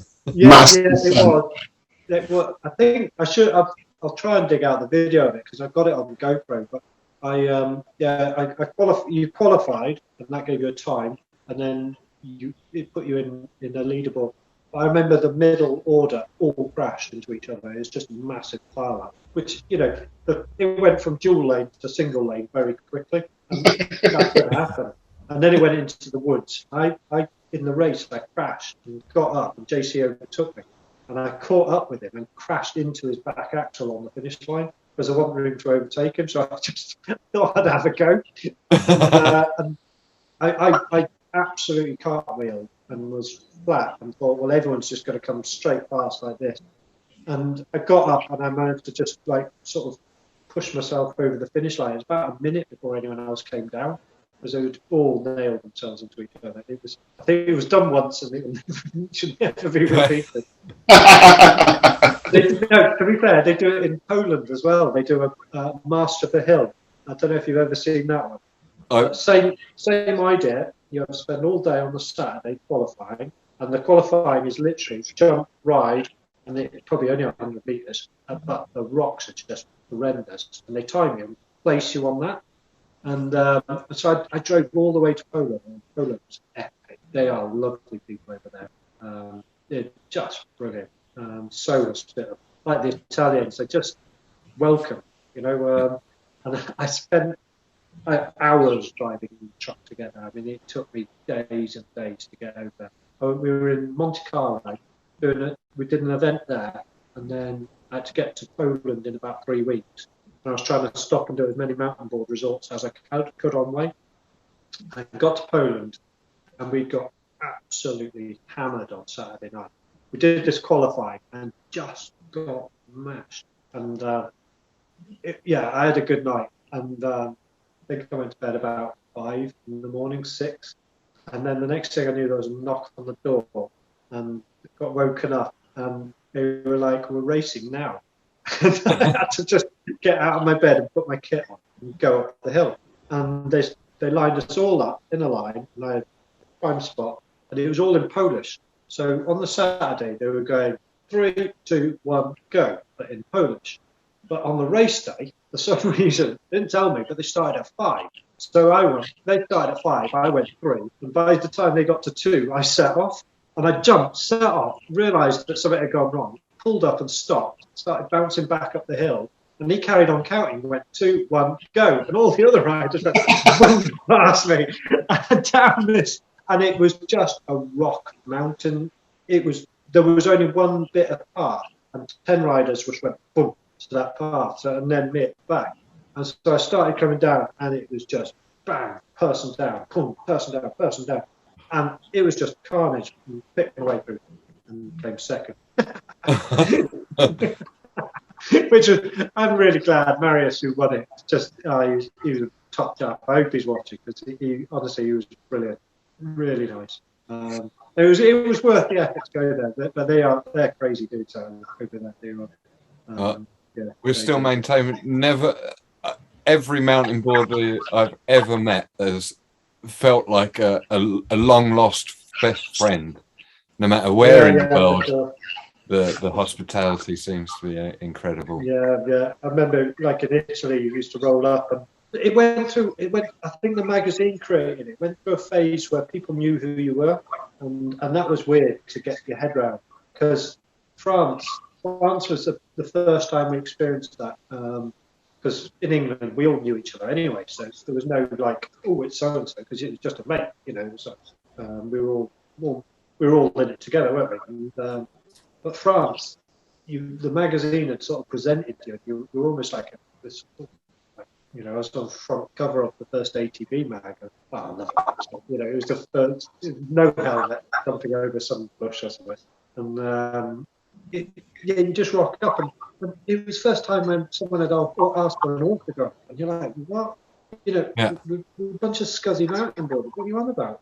But the shows they put on over there were like, there was thousands of people watching. The streets were packed, and you were like the freestyle. You were dropping in like at balcony height and hit kickers and landing in the middle of. They knew how to do it. I think they were snowboard and ski, and they knew how to put on a big show. And the mountain, the downhills done. They were just really excellent.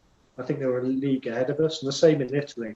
I think they had the old podium from the Olympics and stuff like that. And they put you up in hotels. They had sponsorship, and they knew how to go about it. So it was quality time.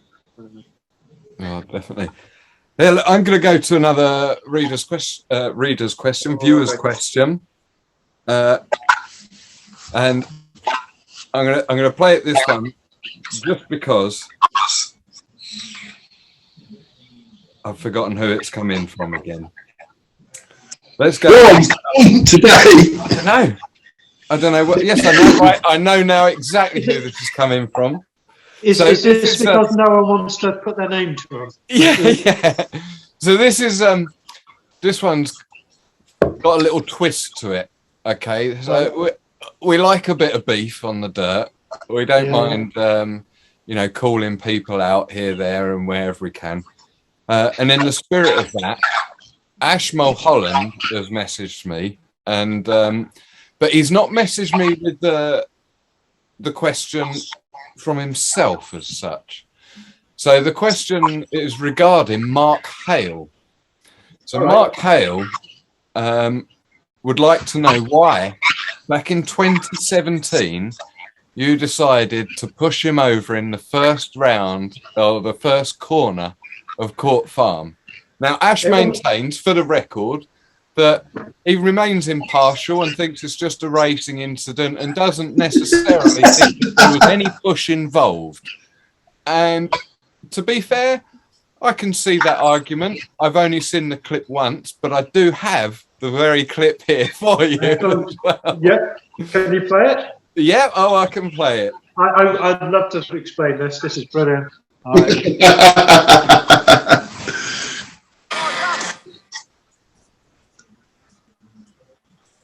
That was it. I'll rewind. Hold on, I didn't see it. I didn't get to see it. All I saw was. So this time, when I press play, it's going to be the next clip that's going to come in. Could charge your phone down, for fuck's sake. I'm only getting one person, so all I can see is plugs. You'll have to talk. Did you manage to get it that time? No, you'll have to talk because it keeps cutting slugs. I'll keep my mouth shut. Okay. Can you do that?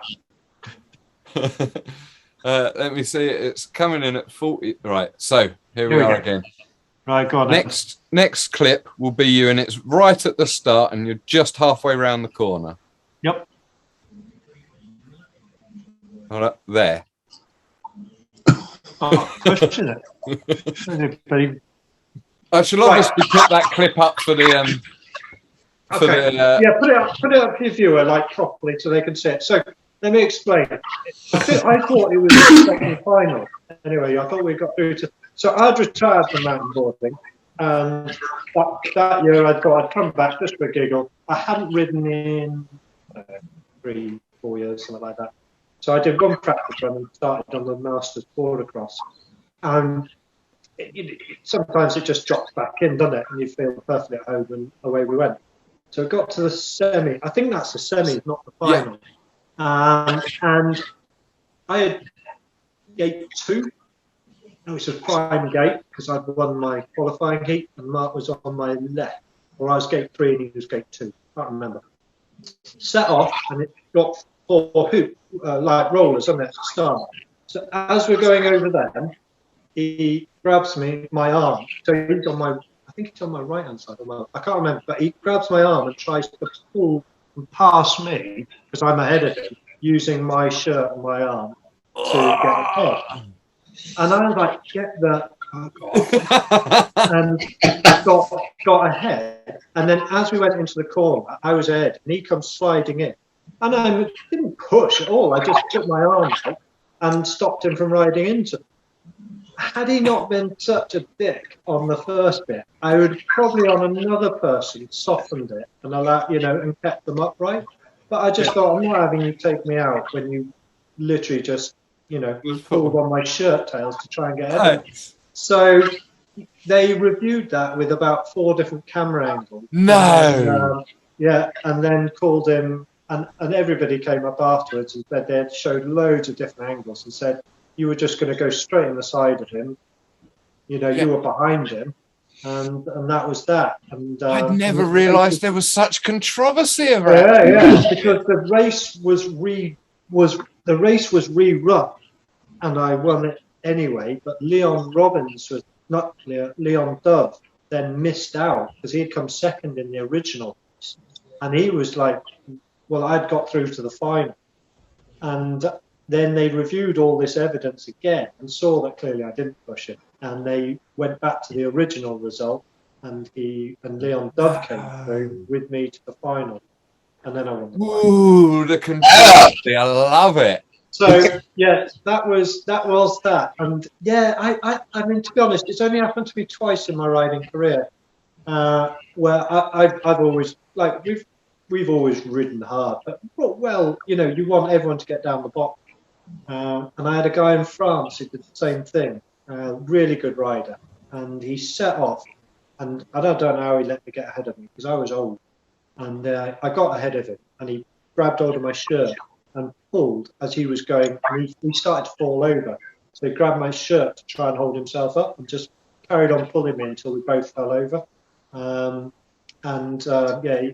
They disqualified him, and then he kicked off, and they reran the race. And yeah, again, the person who came second didn't get to go through. So I think this time they got it right. I think if you grab someone's shirt, that's it. You're toast. Yeah. And I think also having a cuddle in the corners is a bit different. Yeah, absolutely. But as soon as you get your hand in front of someone and try to lever off them, I think that's just bad etiquette. So as I say, I didn't push him. I wasn't sympathetic to his needs. And I would have been, but you know, I thought, well, you know, you brought this on yourself. And you know, if you dart down the inside, you've got to make it stick. You can't dart down the inside and use the other person as a stop because there's no burn. I think you've got to be able to control that. And if you can't control that, get off the track.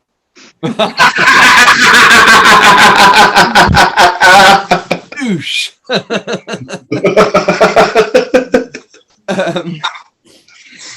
Excellent. Well, is that the controversy over? The only other controversy was the burning of the bale, wasn't it? Which didn't Steve? Oh yes. Steve Burback, he owned up to it, didn't he? He said, "I did it." He put his hand. I saw him. He said, "I did it. It was me, and I'm sorry." That's what I heard, anyway. Yeah, Edge. Whatever year it was, 2006. Edge was Steve. So Steve, man, it taken some time, but you finally admitted it. So well done. I'm sure I saw him disappearing over to the bale with actually some of those long burning firelighters. The can of petrol. Yeah, definitely. That's my memory of it, was that Steve he sort of soused it and then went, "Watch this, everyone," and chucked a match on.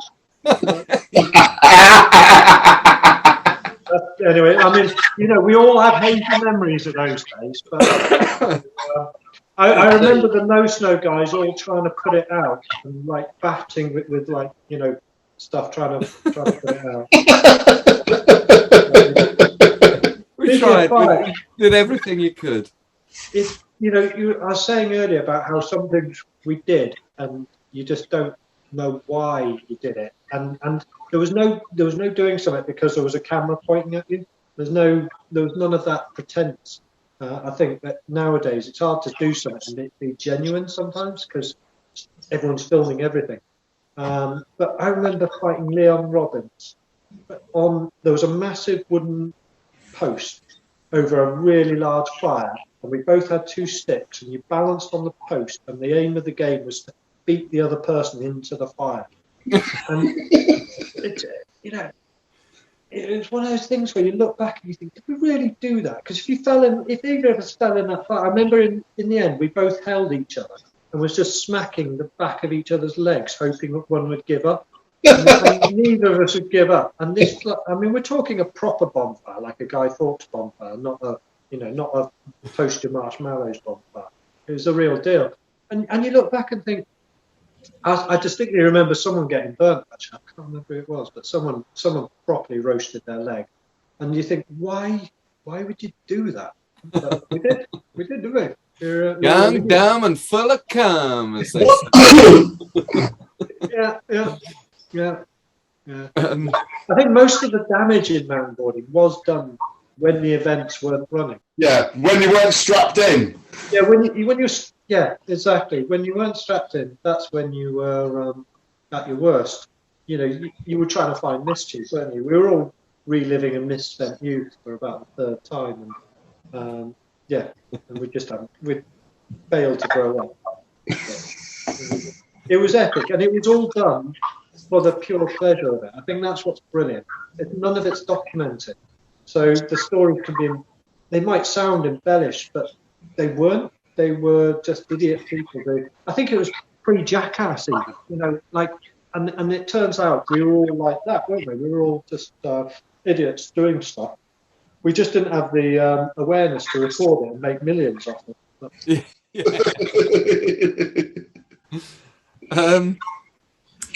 Talking of silly things, it actually leads quite nicely into the next question. I'm looking at the time now. I think we're 9:45 here. I've got a couple of questions. I've got 2 questions left. Godfrey's got a 10. Just the quick fire round, if you will. And yeah, so we'll bang these next 2 questions out because they're nice little questions. The first of which comes from James Wanklin. Yep. And he has asked, if you could only ride your No Sno one more time, where would it be? Good question. Oh, I like that one. Okay. Oh, man. Do you go for where it started, back at Cleve Hill? Or do you go where it ended, up in the Alps? Because Livigno was just an amazing run, but I've never shared it with anyone. I did it on my own, and I've got a video of it. Of where it needed three songs because it was so long. But that was an incredible one. I mean, that was, and it was probably when I was riding at the best around. But then there's Morsey, and Morsey had all the mountain bikers, and it was a great run. And we'd all ride it. Like me, Dave, Chris, Andy, we'd just be like doom, doom, doom, down this thing. That was brilliant. And you had that sense of, yeah, we're on mountain boards. So what? And we were accepted there, and that was really good. Our boost where we did our first ever, nah, not good enough run. Oh, man. It's going to take me out. I'm such an indecisive person when it comes to choosing something. I'm like, oh, you're going to love Slogs' 10 set then. I'm going to say Morsey. I'm going to say Morsey because that's where the board performed at its best, and it's where we perform, and that's where no other board would get near us, and I'll stand by that even today. I will challenge anyone, and I'm nearly 50 years old now, to race down Morsey Black Run. Brindy, that's what we should do. We should go to Morsey and just video going down that run and compare times. That's how we should run the world downhill. Pick a track, and any rider has a 30-minute slot, and you go, no marshals, no nothing. You ride top to bottom, and you use your video as the evidence for the run. That was how we could do a proper good downhill. But I'm not downhill. I'm not having a downhill competition against you on some Mickey Mouse board across type run. It's got to be proper full downhill. Perfect. Let's make it happen. I'll come out of retirement for you, and it'll be in Morsey because that'll will be my last ever run on the No Sno. So there you go, and it'll be a pleasure to ride against you there. Good answer. Good answer. I'd go back to Morsey again in a flash if we could pull that one off. Shall we all do it? Shall we have a wee Morsey and you know, we'll make it a competition, but it'll have to be, you know, like. Yeah, I'm sure as eggs is eggs that the French continue to be keen as mustard to have something like that again. Yeah. I reckon we could, or you could do that, couldn't we? There's enough community. It only takes like sort of a few van loads of English. The Italians will come. Yeah. A few French riders. We're there. See if we can get Swiss riders back. If Marco will come over.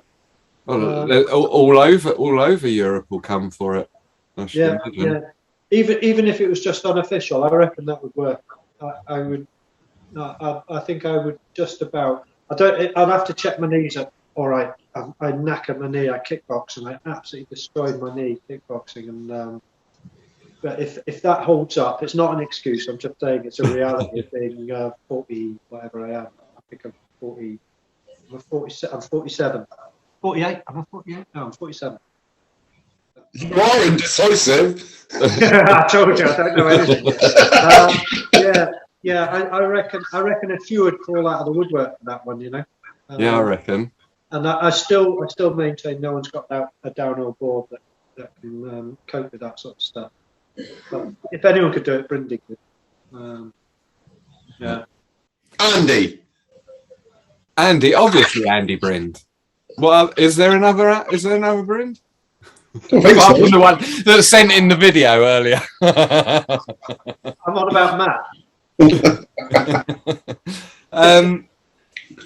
So, yeah, last question from the community comes in from young Robbie, Robbie Kinsey.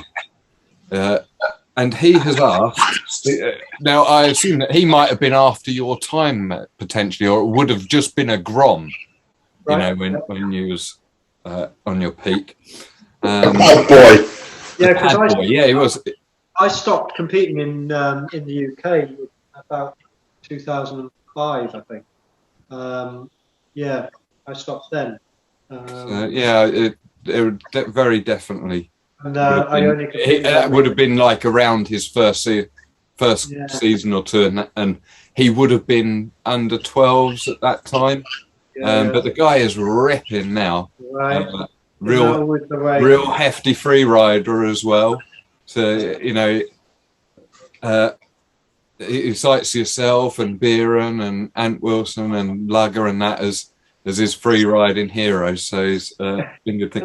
But he wanted to know, what was the gnarliest thing you ever did, dude? What, on a mountain board? On a board, yeah. Right, okay. Just checking.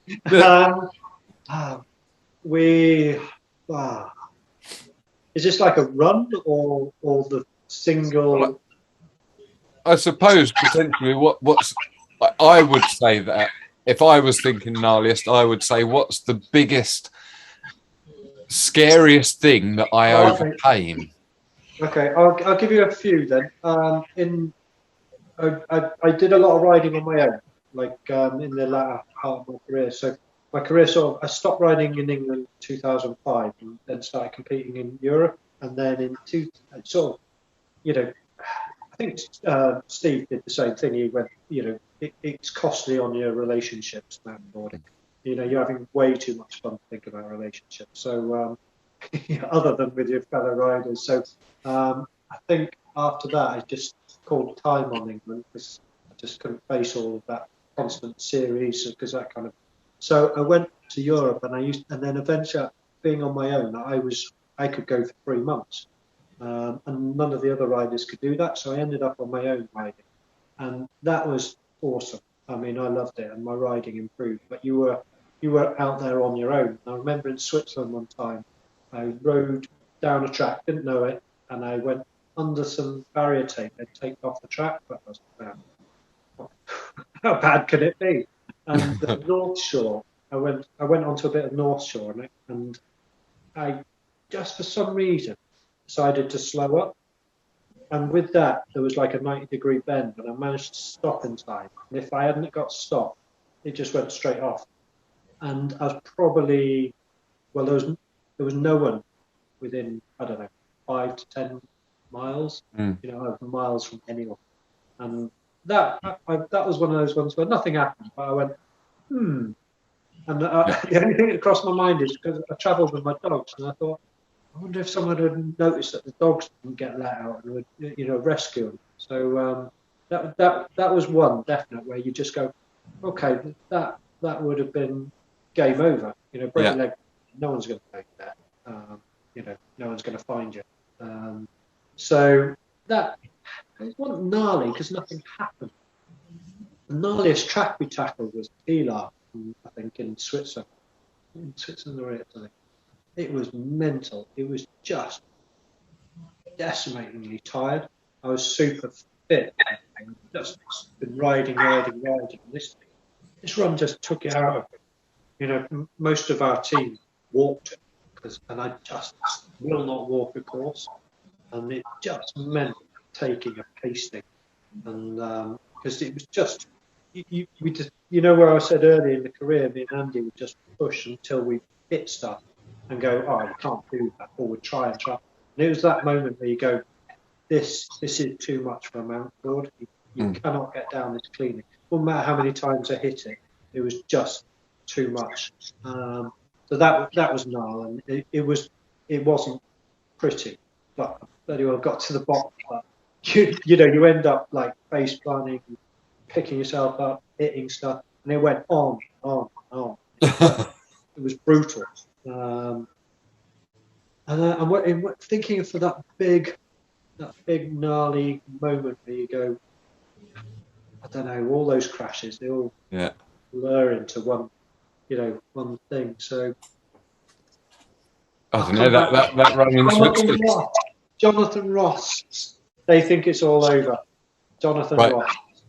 He called me an effing C live on telly because he was wearing alligator shoes, crocodile shoes, when they did Field of Sportsman. Sorry, this is... I realise where you've just gone back. Go back an hour and 48 minutes or whatever, and we talk about they think it's all over.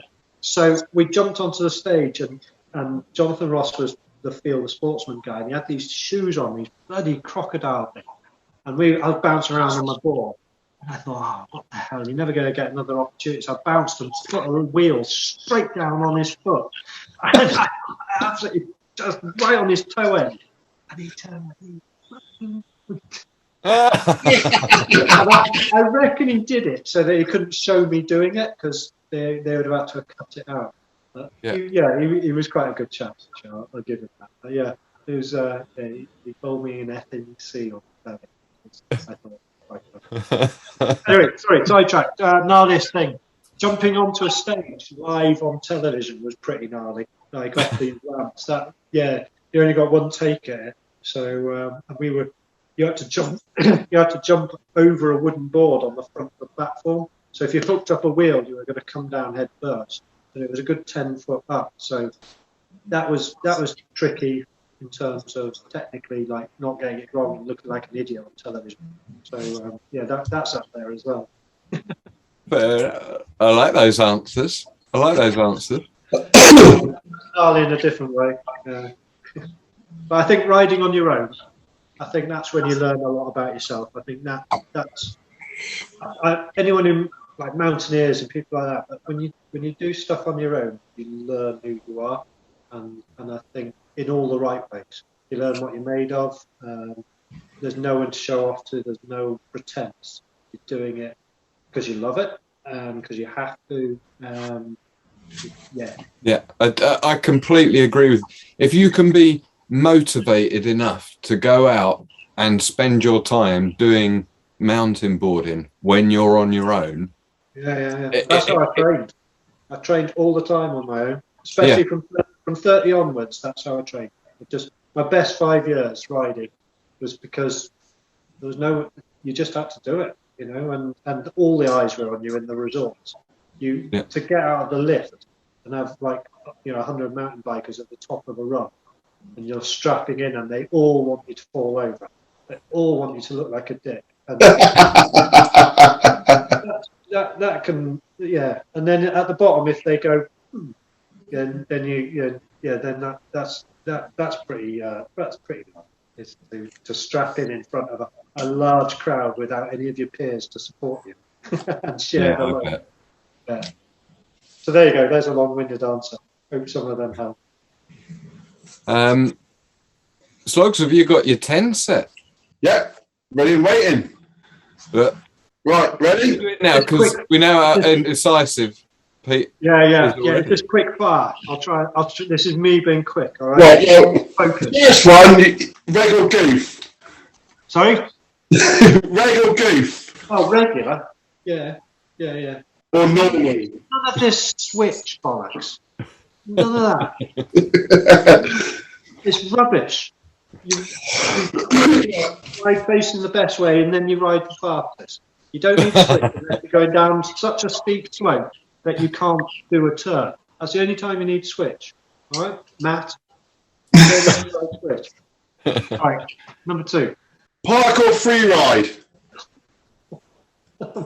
Do you need me to answer that? No, I don't. But there's some people out there that don't actually know yet. Free ride. All right, free ride or downhill. Right. Woods or mountain? Woods or mountain. Ideally, woods in the mountains. Yeah. So thank you. Shout that one. Yeah. Morsine, you start in the top in the mountains and go into the woods, and then you've got mountains with woods. It's epic. Yeah. Finish on meadows, don't you? If it was one or the other, then you've got to pick the mountains, really, haven't you? Because otherwise it's not mountain boarding. Best board-across track you've ever ridden? Best border cross track. I can only think it's got to be Court Farm, hasn't it? Like, you know, because it's all about speed for me, you know, and Court Farm was locking. It was like a downhill track, but you had 4 people around you desperately trying to hang on. So I think Court Farm. Yeah, the black run. I'm not talking about the little piddly red run, like which is, you know, it was all right. It was better in some ways for the youngers for the racing and this and that. But the black run there, in its prime, was that. Yeah, that was good. Especially when you had the old start, which was just like straight in. Like that was your first corner. Who was going to stick the line? So Court Farm. Favourite centre? Favourite centre? Well, probably Court Farm because it had the best track. You give a fuck about anything apart from the downhill. Yeah. Well, it was the only track that was steep. You know, the rest were all like. Don't get me wrong, they were all good. Like Outgrass was good in its day, and you know, but you wanted the steep. We wanted the speed, and Court Farm gave you the speed. All this pumpy stuff. It's like I want to be scared. I don't want to be generating speed. I want to be like going, Christ, I'm going too fast. Can I hold this? Not, can I? Like the early rounds of the ATBA, it was all downhill based border cross. They weren't manicured. They were rough and hard, and you know, hair down, rough, big rocks, and Court Farm super steep. Yeah, so Court Farm. Good shout. I thought we might have got. I thought we might have got the blinder out of you then. Oh, that doesn't really count, does it? It didn't last very long. You're right. I suppose, yeah, you could only be counted as a track as opposed to a centre. Yeah, I mean, it was meant to be a centre, but I don't think it ever really got. You're right. The blinder was good, but was it a good racetrack? On a dry day, would it have been better? It was pretty epic, wasn't it? On a dry day. Yeah, I think maybe I'm being swayed by the memories, and the memories are better at Court Farm. Because the blinder, when we had it dry, we had one of the best days, right? Like, and it was just Team No Sno, we were just belting down that thing. But come the blinder, it was just biblical rain, wasn't it? From day start to finish. And, yeah. So no, I'm gonna stick with Court Farm. Right. What's the favourite board you've ever ridden? What was your favourite Mark No Sno? Which one was it? Okay, so custom. I would say custom 12 770 length. So the 770 by 12 with the bigger composite axles, disc brakes, and real choice. I think when you rode it on nines, it was incredible, but the track had to be rideable on nines. So I liked it when it was on tens. You knew you were going over some serious stuff, but on the nines it was so fast and responsive that I think by the end of my career, I think I rode nines when I could, but Morzine was like a 9 or a 10. I've done it on both. So that board, hydraulics on the front. I'm going to pick nines because that's probably what I'd ride now because of the state of my legs. A bit lighter. Very good. And you have to flash that one up there. Sorry? I'll have to flash a photo up. Yeah, definitely. Yeah, I mean that photo. Yeah, nines. It's a good shout. You can do a lot on that board. When you put the 10s on, you knew you were in proper mountains, hardcore, though, not manicured. So Yeah. Right. Favorite rider. Favorite rider. Oh. Well, I learned a lot off my pro. Like when I was started after the story and then never finished it. When he did his mountain up in R2 on his own, he developed his own style of getting down it. And it's not so much that me and Andy had ever done. We pointed when, held the speed, crashed when it got too much. Whereas he started slashing the speed off and controlling his board, and he was a first person. Remember, there was no one out there doing any of this. We had no one to learn from. And he started slashing and turning and chucking his board into the corners and going slower. And Andy and I would be like, right, go on. And we get to some hairpin and we'd be going in at 35 miles an hour. And there's just bugger all chance. And we put in a big power slide and either you go up to a nice stop or you just go arse it. And then Dave would come down, slash, and round the corner. And we were like, bloody hell. And yeah, we learned. And we sort of almost amalgamated the two in that. Eventually, learning how to do that and keep your speed slow. Then you found you could do it faster and faster and faster. And that was definitely him. So he was most influential on me. And the early days, me and him, like we battered each other, just, going fast. But then he brought technique. Controlled descent. Yeah, it opened up mountains. And I think the first, just to go out and do a mountain without anyone on first time ever, having done it later on my own. Yeah, it's him. Sorry, everyone else. I know it's not nepotism. It's just just influence. Andy would be running like a close second because he's Andy. Yeah. You've got to pick your homies, haven't you? Yeah, you got to do that. Yeah, sorry. Well, the thing is, like, there weren't many others to choose from who actually do what we did. So I've got to stick true to my spirit. I mean, I watch the freestyle riders and I got the utmost respect. They are awesome and what they've done. The way they pushed it. I mean, Jesus, I used to do freestyle. And I look at it and think, oh shit, because these guys, the next level. But again, we were learning off no one. We were just doing it. And, win a comp with a front flip, and you could win a comp you could win a comp with a method to begin with. Whoever did the biggest method won. It wasn't technical. And then it was, who could do a 360? And then it was, started learning how to do a front flip, and not a very good one, but a front flip. And then suddenly, I think the Yanks brought it over, and because they were leagues ahead. And then the English riders watched them, just the younger ones just did it, like the Tom Kirkmans. And I mean, it was just the gold. Like Chris McCarthy was our best freestyler. Pud was really good. He was doing his barrel rolls and tucking up, and he had style. I had no style. Has to be said, don't forget young Martin James. He took No Snos to a weird level. Yeah, he did. Yeah. Weird level. He was doing all MJ stuff, and it was quite unique with the way he rode. He stuck with the No Sno for a long time, which was fair play to him because it wasn't as easy with that board.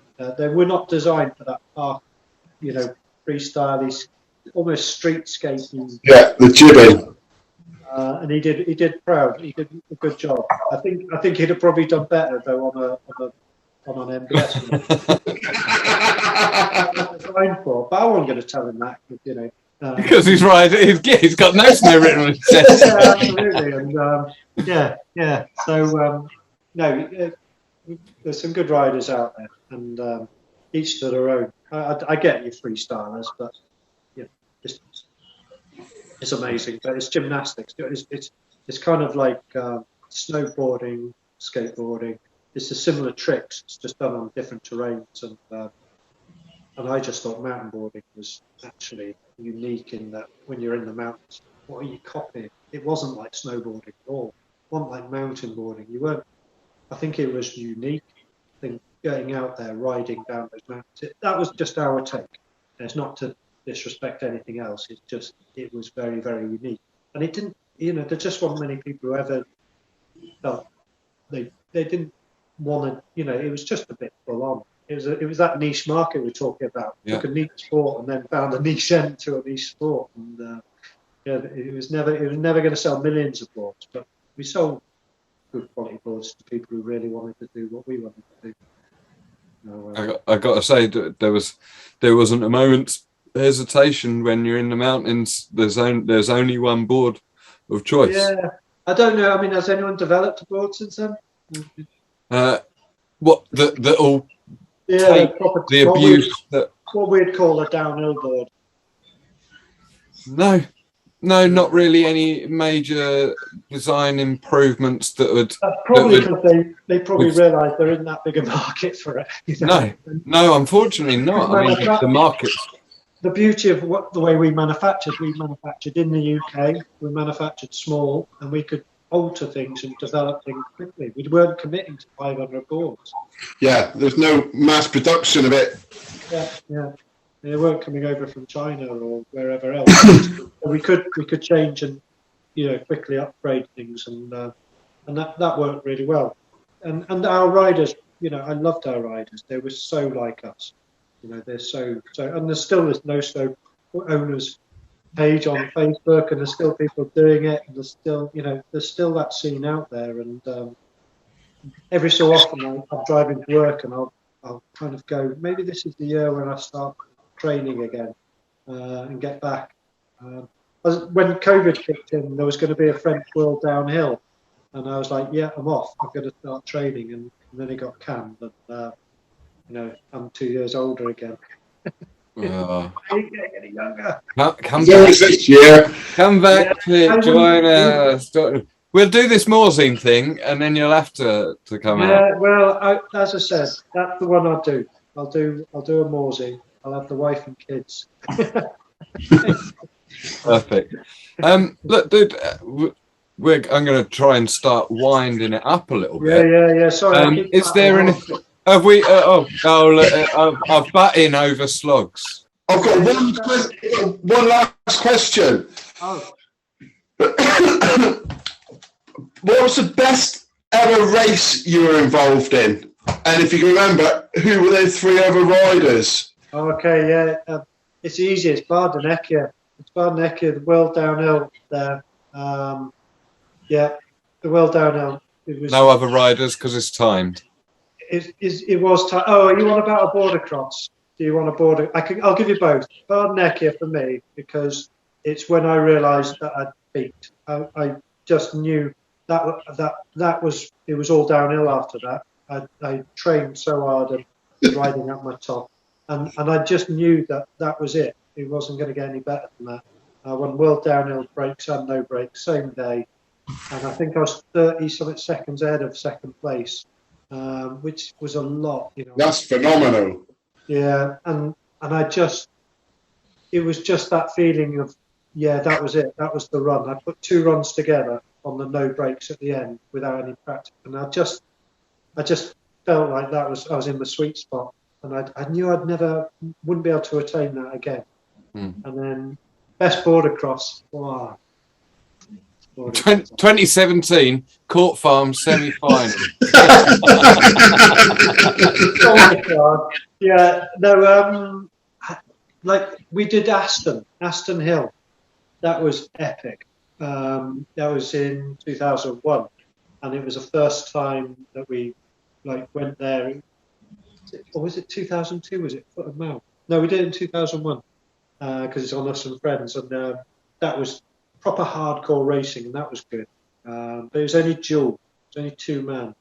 But me and Dave again had a really good race. And we got the video, and again, it is so close. Because I cock up my line and my entry in, and I was ahead, and he tries to overtake me around the outside, and we literally, it's about that much in it as we go over the finish line, and that was a really good race, and it kind of felt good that it was me and him in the final. So yeah, that one, and I think Court Farm we had some brilliant races. You could pick loads of them. There was loads of good racing. The one that sticks in my mind, if you said pick a border cross race, again, it's got to be Dave, I'm afraid. And it helped I won, you know. I'm done, man. Thank you very much. No worries. Perfect. Well, look, dude, is there, before we sort of sign off for the evening, was there anything that you wanted to discuss whilst assume well, the mic be passed? Okay, well, I'll tell you where we're going now. Like, we talked a lot about what we've done, but Dave and I aren't dead and buried. Like, mountainboarding for us was, we were in the sport, and I think when injuries and life more or less brought that to a close, like it's 10 years nearly. You know, it's frightening. I know I had a little, like, came back just to annoy what's his name and knock him over in the border cross. But, 17, but I can't even remember his name. It was so inconsequential.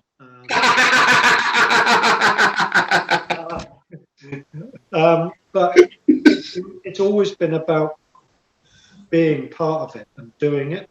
So we've moved on. We both, me and brother, we're still like, we motor race now, and that's a big part of our life. And our dad motor raced before us, and it was always our retirement plan for mountainboarding. And he did it all his life, and I think we'll probably do it. He did it till 3 months before he died. He was 78, and I reckon I'll still be racing just until as near as damn it I am in the ground. And I'm going to chuck my ashes on one of my favourite mountainboard tracks here. So I'm going to be part of the scene in that way. But the motor racing now, that it's like a new adventure for Dave and I. And we're going to try and take that lifestyle and that ethos forward from the mountainboarding. So we're even going to start linking it. So we've got this idea of a new search, and it was a sort of tagline we had with No Sno. It was like all about this search. And I think going forward, I think it's on your chest there, Pete. It might just be. It's my only subliminal messaging at its finest. You know what? I saw it earlier today. It's my only No Sno t-shirt that isn't in rags from riding in it. I'll show you my riding top. I'll take a photograph of it or something. It is like, I don't think I washed it after the last time I rode either. I didn't like to wash the luck out of it, so it never really got washed. And that thing tells 1,000 crashes. Yeah, so I think going forward, we still got that same adventure spirit. It's just in a different way. We're going uphill now, that rather than downhill. So we hill climb, and we're thinking of taking No Sno across into it, keeping the company going, because in essence, I think what we worked out was, in the end, No Sno was just about what we did and who we were. It didn't. We're not going to retire millionaires or anything off of it. But the lifestyle and the friends we made, and I don't think we still hang out. The whole No Sno crew are still good mates. We're still Andy and Lax and Reese. We all hang out together. But Andy built my house. Like he came over. So the team is still there, and Dave and I are still just into speed. I think it's always been about speed and chasing and being on that edge, like really pushing. Maybe sometimes going a bit beyond it. I'll send you a crash to put in at that point. And if there's one thing I learned, like, you're up against drivers who've been driving for 30 years, where you've been boarding, and boarding doesn't help that much when you're sitting in your ass, like pushing together. So I think we've still got that competitive spirit. So I think, and we've still got that same sense of adventure. It's just we've had to do it in a different way. Dave's knackered. I'm pretty much knackered. Everything takes its toll. But I wouldn't swat it for a minute. What we learned and what we did. It was we grew up. I don't know if you know the film, The Endless Summer. Yes. Yeah. Just anyone who hasn't watched it, it's cheese, but it is epic. And we grew up with that philosophy. We drove to the Sahara in that van, in the same blue van. We drove all the way down there, right through Spain, Portugal, just surfing every beach, and drove back again. We got from the Sahara to Hossegor in 24 hours, which is a shit long way. Just because we knew the surf was kicking in Hossegor, and we did not turn that van off unless it was filling up with fuel. And I think we're still there. We're still doing it. We both want to compete and do stuff. And I think a new search will just keep on going and keep on rolling. So, yeah. And if Brindy, if you get your ass in gear and sort some it out, I'll see if my knee can take one more last hurrah. And if not, I'll wave you off in style. But, from a selfish point of view, we the community, I think I can safely say on behalf of the community, we would all love to see that happen. It would be good. We could do it live on TV or something, couldn't we? We could run it. We could, TV. I happen to know of a very good media broadcast outlet that's just on the up and up at the moment. My live links. The presenters are second to none. Yeah. Well, one of them is. Yeah. Come on. That would be worth it. It'd be worth risking life and limb. Once one more hurrah. Well, look. I know how. Well, the whole community knows how close you are to the Gloucestershire area. Yeah. Come say hello at the.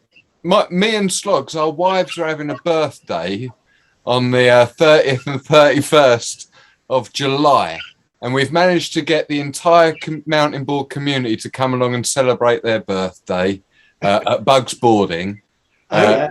We're loosely calling it the ATBA Championships as well, but come say hello. All right. Come have a beer. All right. I will. I'm going to go and consult the calendar now, and I will write it. No expectations to ride. Just come and hang out. Come and say hello. I'm not a watcher. I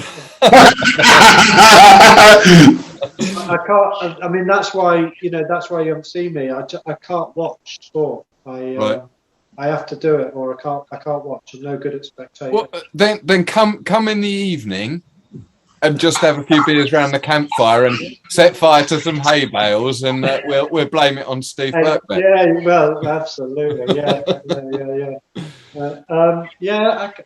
I mean, I can't know fun's going on there and not be part of it. I'd have to, if I'm coming, I'd have to ride. Fuck it, do it. I'll do that then, yeah. There's something in me that just I can't watch things. I watched too much when I was young, and I wasn't able to do. And now I was ill and I couldn't watch. I can't watch sports. I have to be in it. Otherwise, so that's why it's not sour grapes that I'm not there. I just have to do something, or I can't watch and not participate. That's why I'm always last to leave a party, or was. But kids now. Is like you've got to be there to the bitter end because you don't want to miss out. Better regret something you have done than something you haven't, as they say. Yeah. So if I'm there, I'm in my kit. And if I'm not, I'm there in spirit. Fair enough. There's no two ways about it, I'm afraid. Fair enough. Well, look, dude, unless there was anything else, I'm going to tie it up there, I think. No, I think everyone will be bored shitless. I think far from it, my friend. I am very different. I am very disappointed in Adam Musto, though. He said he had sent you a question, unless he was, and it would have been a stupid question. So, Adam Musto.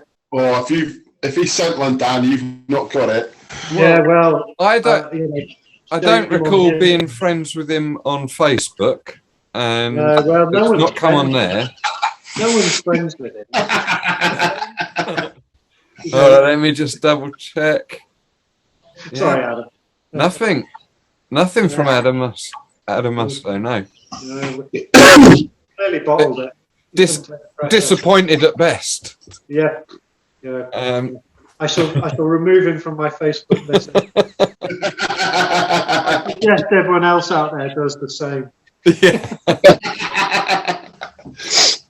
All right. Excommunicate. Well, thank you so much, Pete, for coming out of the shadows and spending a couple of hours with us now. Oh, Christ, it's 10:30. My wife's going to be like, you said it'd be an hour. I forgot to put the oven on for the wife for her dinner that I made before I come out. There was a text come up after about half an hour. You didn't put the oven on and put my dinner on. Never mind. Thank you so much. We really appreciate you coming on. No, it's been brilliant, and thanks. It just, you forget how much fun you've had until you relive it like this. So thank you, and I hope you haven't made me want to do it again. Look, and if you're still in contact with the other No Sno boys, then I'm sure that the Dirt could handle a group call to discuss a few. I could get Andy and Chris. So Andy, Chris, Reese, Lax, Dave. We can get the whole group on that. We'll just bicker. Perfect. Absolutely perfect. Yeah. And you know what? It's kind of good on your own because no one can contradict your stories, and he'll go, you never won that. I can arrange that, I'm sure, and we'll get together. We'll get that. I mean, we're not going to be slowing down as such over summer, hopefully. But yeah, I think we've got a few projects on over summer, so let's consult the diaries over the next month or two and look to get the crew in. All right, yeah. That sounds fucking awesome. Yeah, we can do that. So no, thank you. It's been a blast from the past. It really has. Good. Good. We're really happy that you enjoyed yourself. Yeah, if you've all stuck to the end, well done. Jesus. Perfect, dude. Let's sign out. We'll see you all later. Hopefully see you at Bugs. Yes. I'll get out the stinky kit that hasn't been washed in since. Don't wash the luck off it. No. Court Farm. Don't want to wash that luck out. That semi-final's still in there. Sorry, Mark. Yeah. Right, we'll see you then. Cheers, guys. All right, everyone. Yeah. Way aye, man. That was dead canny as out that like. Cheers for tuning out to listen. Now, before you gan yem, don't forget, if you want to keep getting doing with the Dorty Dort fun, like and subscribe. Get amongst it. Shy Ben's getting out.